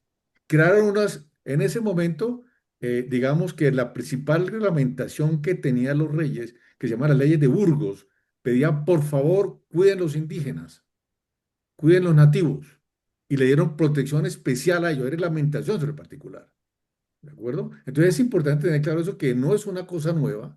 Ahora tenemos un derecho fundamental a la consulta previa, que quiero referirme también a eso un poquito ahora adelante. Y luego viene la creación de los resguardos indígenas. ¿Qué es eso? Los resguardos indígenas coloniales existen, están vigentes. No hemos podido hacer consultas previas en proyectos como la doble calzada Pasto Rumichaca, porque es un resguardo colonial que el Estado colombiano no ha sido capaz de estructurar, porque esa es la obligación del Estado colombiano. Entonces los resguardos coloniales lo tienen que estructurar y no lo ha logrado hacer. ¿De acuerdo? Entonces tenemos que entender la problemática en que estamos. Segundo, gente. En el 2025, perdón, en el 2022 se hace, en el 2020 se hace el censo. ¿Cuántos, cuántos habitantes indígenas hay en el país según ese censo? 1,9 millones de habitantes indígenas. 1,9 millones de indígenas en el país. Ujú. Eso equivale al 3,7% de la población colombiana. ¿Cuántas comunidades negras hay? Hay 4,6 millones de habitantes negros hoy en día. Entonces, si miramos eso y lo comparamos un poco, ¿sí? Con la cantidad de tierra que los indígenas tienen o que las comunidades negras tienen, que se le ha otorgado al Estado colombiano, ellos tienen 33,3 millones de hectáreas de las 114 millones del continente, de territorio colombiano. 33,3 millones de hectáreas tienen los indígenas.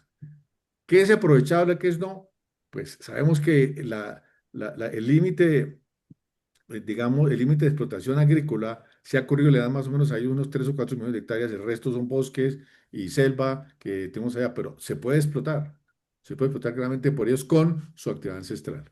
Entonces, esa, esa, hacer la igualdad entre la comunidad indígena, que son 3,7% frente al resto de los colombianos. Entonces, nos inventamos unos procedimientos nosotros del occidente que se llama la consulta previa, que me parece maravilloso, me parece maravillosa. ¿Qué es la consulta previa? No es nada nueva, nada diferente a una unión de saberes. Ángela María, tú has sido muy clara en decir, ¿qué es lo que tenemos que hacer? El que habita la tierra es el que la conoce, el indígena, el campesino. ¿Sí? El campesino que utiliza la tierra, el indígena que utiliza la tierra, ellos son los que han protegido el ambiente por mucho tiempo.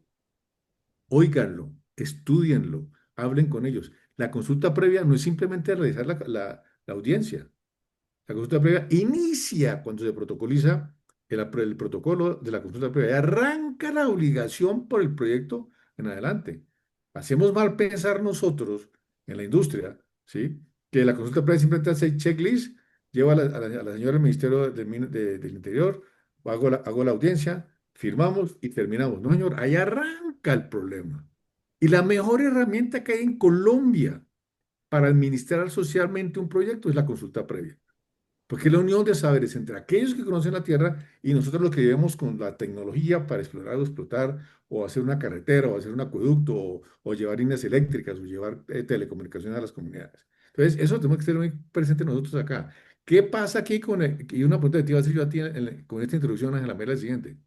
En ese resguardo, si hizo consulta previa, acabo de leer que no.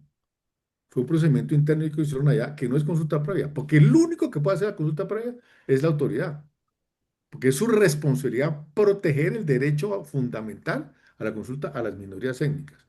Al hacer eso, no hubo. Entonces la pregunta es, ¿está obligado la comunidad a hacer consulta previa cuando él mismo es el promotor del proyecto, obra o actividad?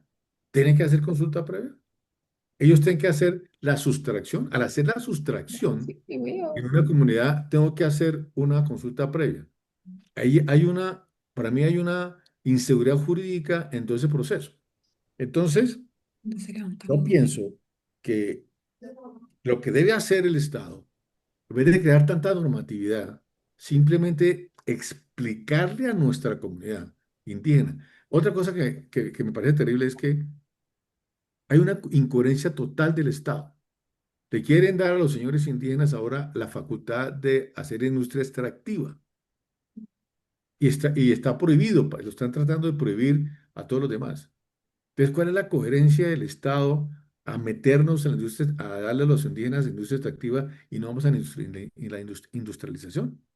Entonces, la pregunta para ti, que eres una experta académica en el ejercicio, es, ¿qué tanto necesitamos reglamentar la relación del ser humano con el otro ser humano, trayendo normas como la de Escazú, que aquí hay mayor derechos de participación que la de Escazú?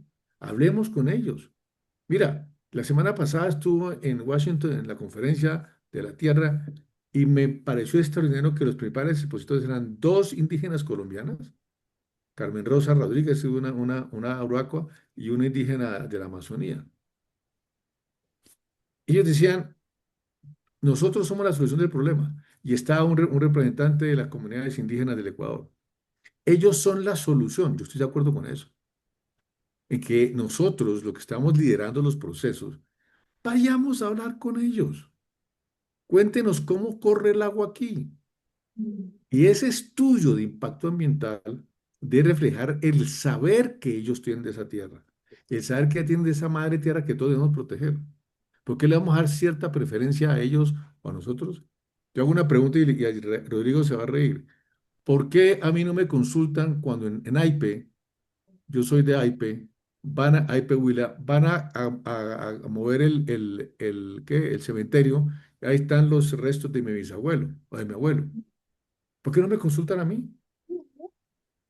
¿Cuál es el problema? Entonces todos tenemos que participar. Todos tenemos el mismo derecho, todos somos colombianos.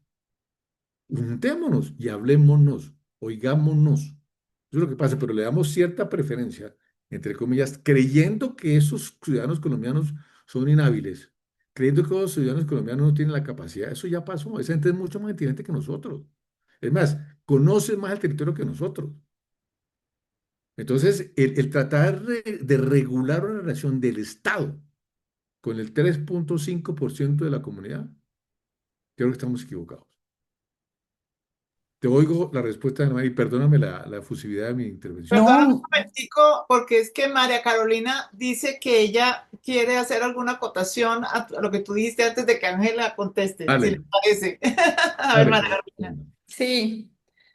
Em, pues David, yo te cuento algo.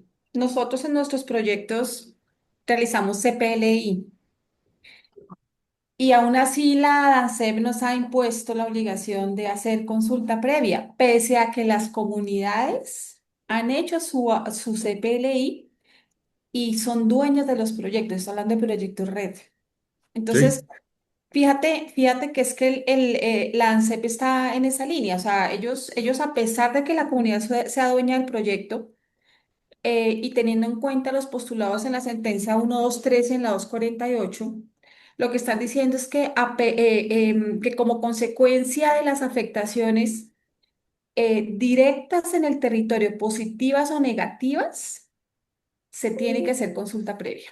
Y eso es tremendo porque fíjate que, por ejemplo, el tema del aprovechamiento forestal ancestral por parte de ellos, entonces, bajo nuestro entendido, también se tendría que consultar si lo siguen desarrollando, el uso de una chagra, cualquier cosa, la tendrían que consultar. Entonces, nosotros notamos que se está malentendiendo em, la jurisprudencia y la normativa que existe al respecto, porque no es posible que ellos se tengan que autoconsultar.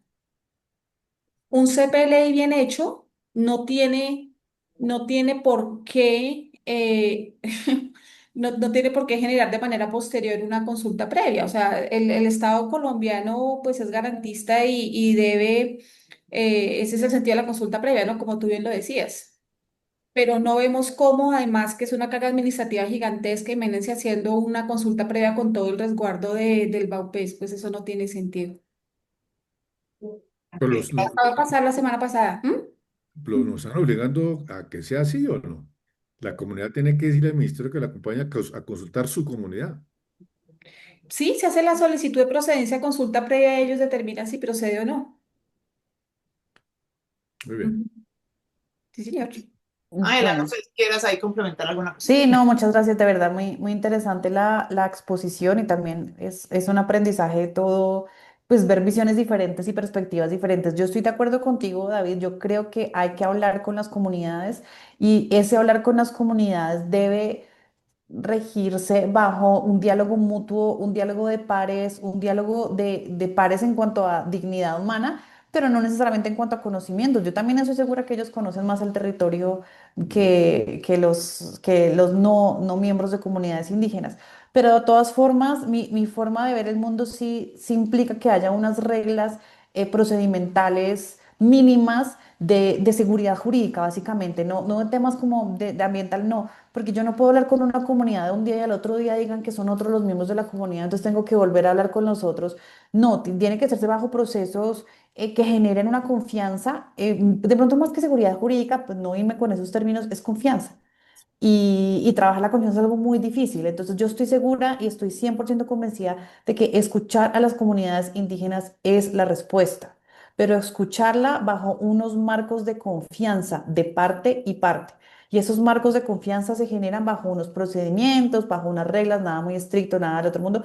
Pero yo sí creo que, entonces cuando yo propongo un protocolo, sentémonos en la misma mesa los que van a hacer la actividad y miremos punto por punto, cómo podemos entendernos, y eso no es fácil, eso no es fácil, eso no es fácil, no estoy proponiendo como una salida fácil, pero creo que puede ser una salida que puede dar más herramientas para generar mejores regulaciones y mejores políticas que a la larga pues deriven en cosas que no sean contradictorias.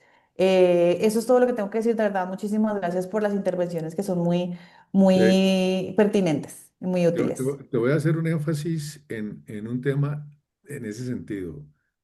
Antes de que existiera la ley 99 del 91, hace muchos años, este muchacho aquí presente realizó una consulta con los resguardos de San Andrés de Sotavento allá en Córdoba, que íbamos a pasar un oleoducto. Cuando empecé a hablar con ellos, una desconfianza brutal entre ellos y nosotros. Tengo un abogado aquí en Bogotá, hablé con ellos. Hicimos todo el procedimiento, aprobamos todo, hicimos un montón de cosas extraordinarias, el oleoducto pasó. 10 años después o 15 años después, veníamos con otro oleoducto, Ocensa. Ya ellos Ujú, solos, sin abogados. Hola, doctor Arce, ¿cómo le va? Nos sentamos, hablamos y todo rodó perfectamente. ¿Por qué? Porque había confianza, porque se les oyó, porque se les tuvo en cuenta. Hubo un engagement plan que montamos nosotros en el proyecto. ujú, Entonces, para mí, llevar al ministerio, un poco lo que decía Mara Carolina, llevar al ministerio del Interior, la Dirección de Cultura Pública, a que verifique que haya o no. Hombre, esos son procedimientos, pero no hay una relación humano a humano. Eso es lo que acaba este proceso, porque ujú, no somos capaces de entender eso. Y segundo, que la consulta previa no termina con la protocolización, ahí inicia ujú. la consulta previa, que es la mejor herramienta de gestión social de un proyecto. Muchas gracias. Muchas gracias a ti. Bueno, Bueno, con eso nos termino. acabó el tiempo. Quiero agradecerle mucho a Ángela su generosidad para con el Colegio de Abogados. Espero que haya sido del agrado de todos esta conversación y pues una conversación que, como dice Ángela, es por capítulos de Netflix. Entonces, seguiremos mirando cómo se desarrolla este tema y bueno, y un feliz día para todos. Gracias, chao, Muchísimas chao. gracias a todos por escucharme. Espero que les haya parecido útil. Claro que sí. Extraordinario, Feliz resto de Un extraordinario, día. abrazo. severísimo. Gracias. Gracias. Chao.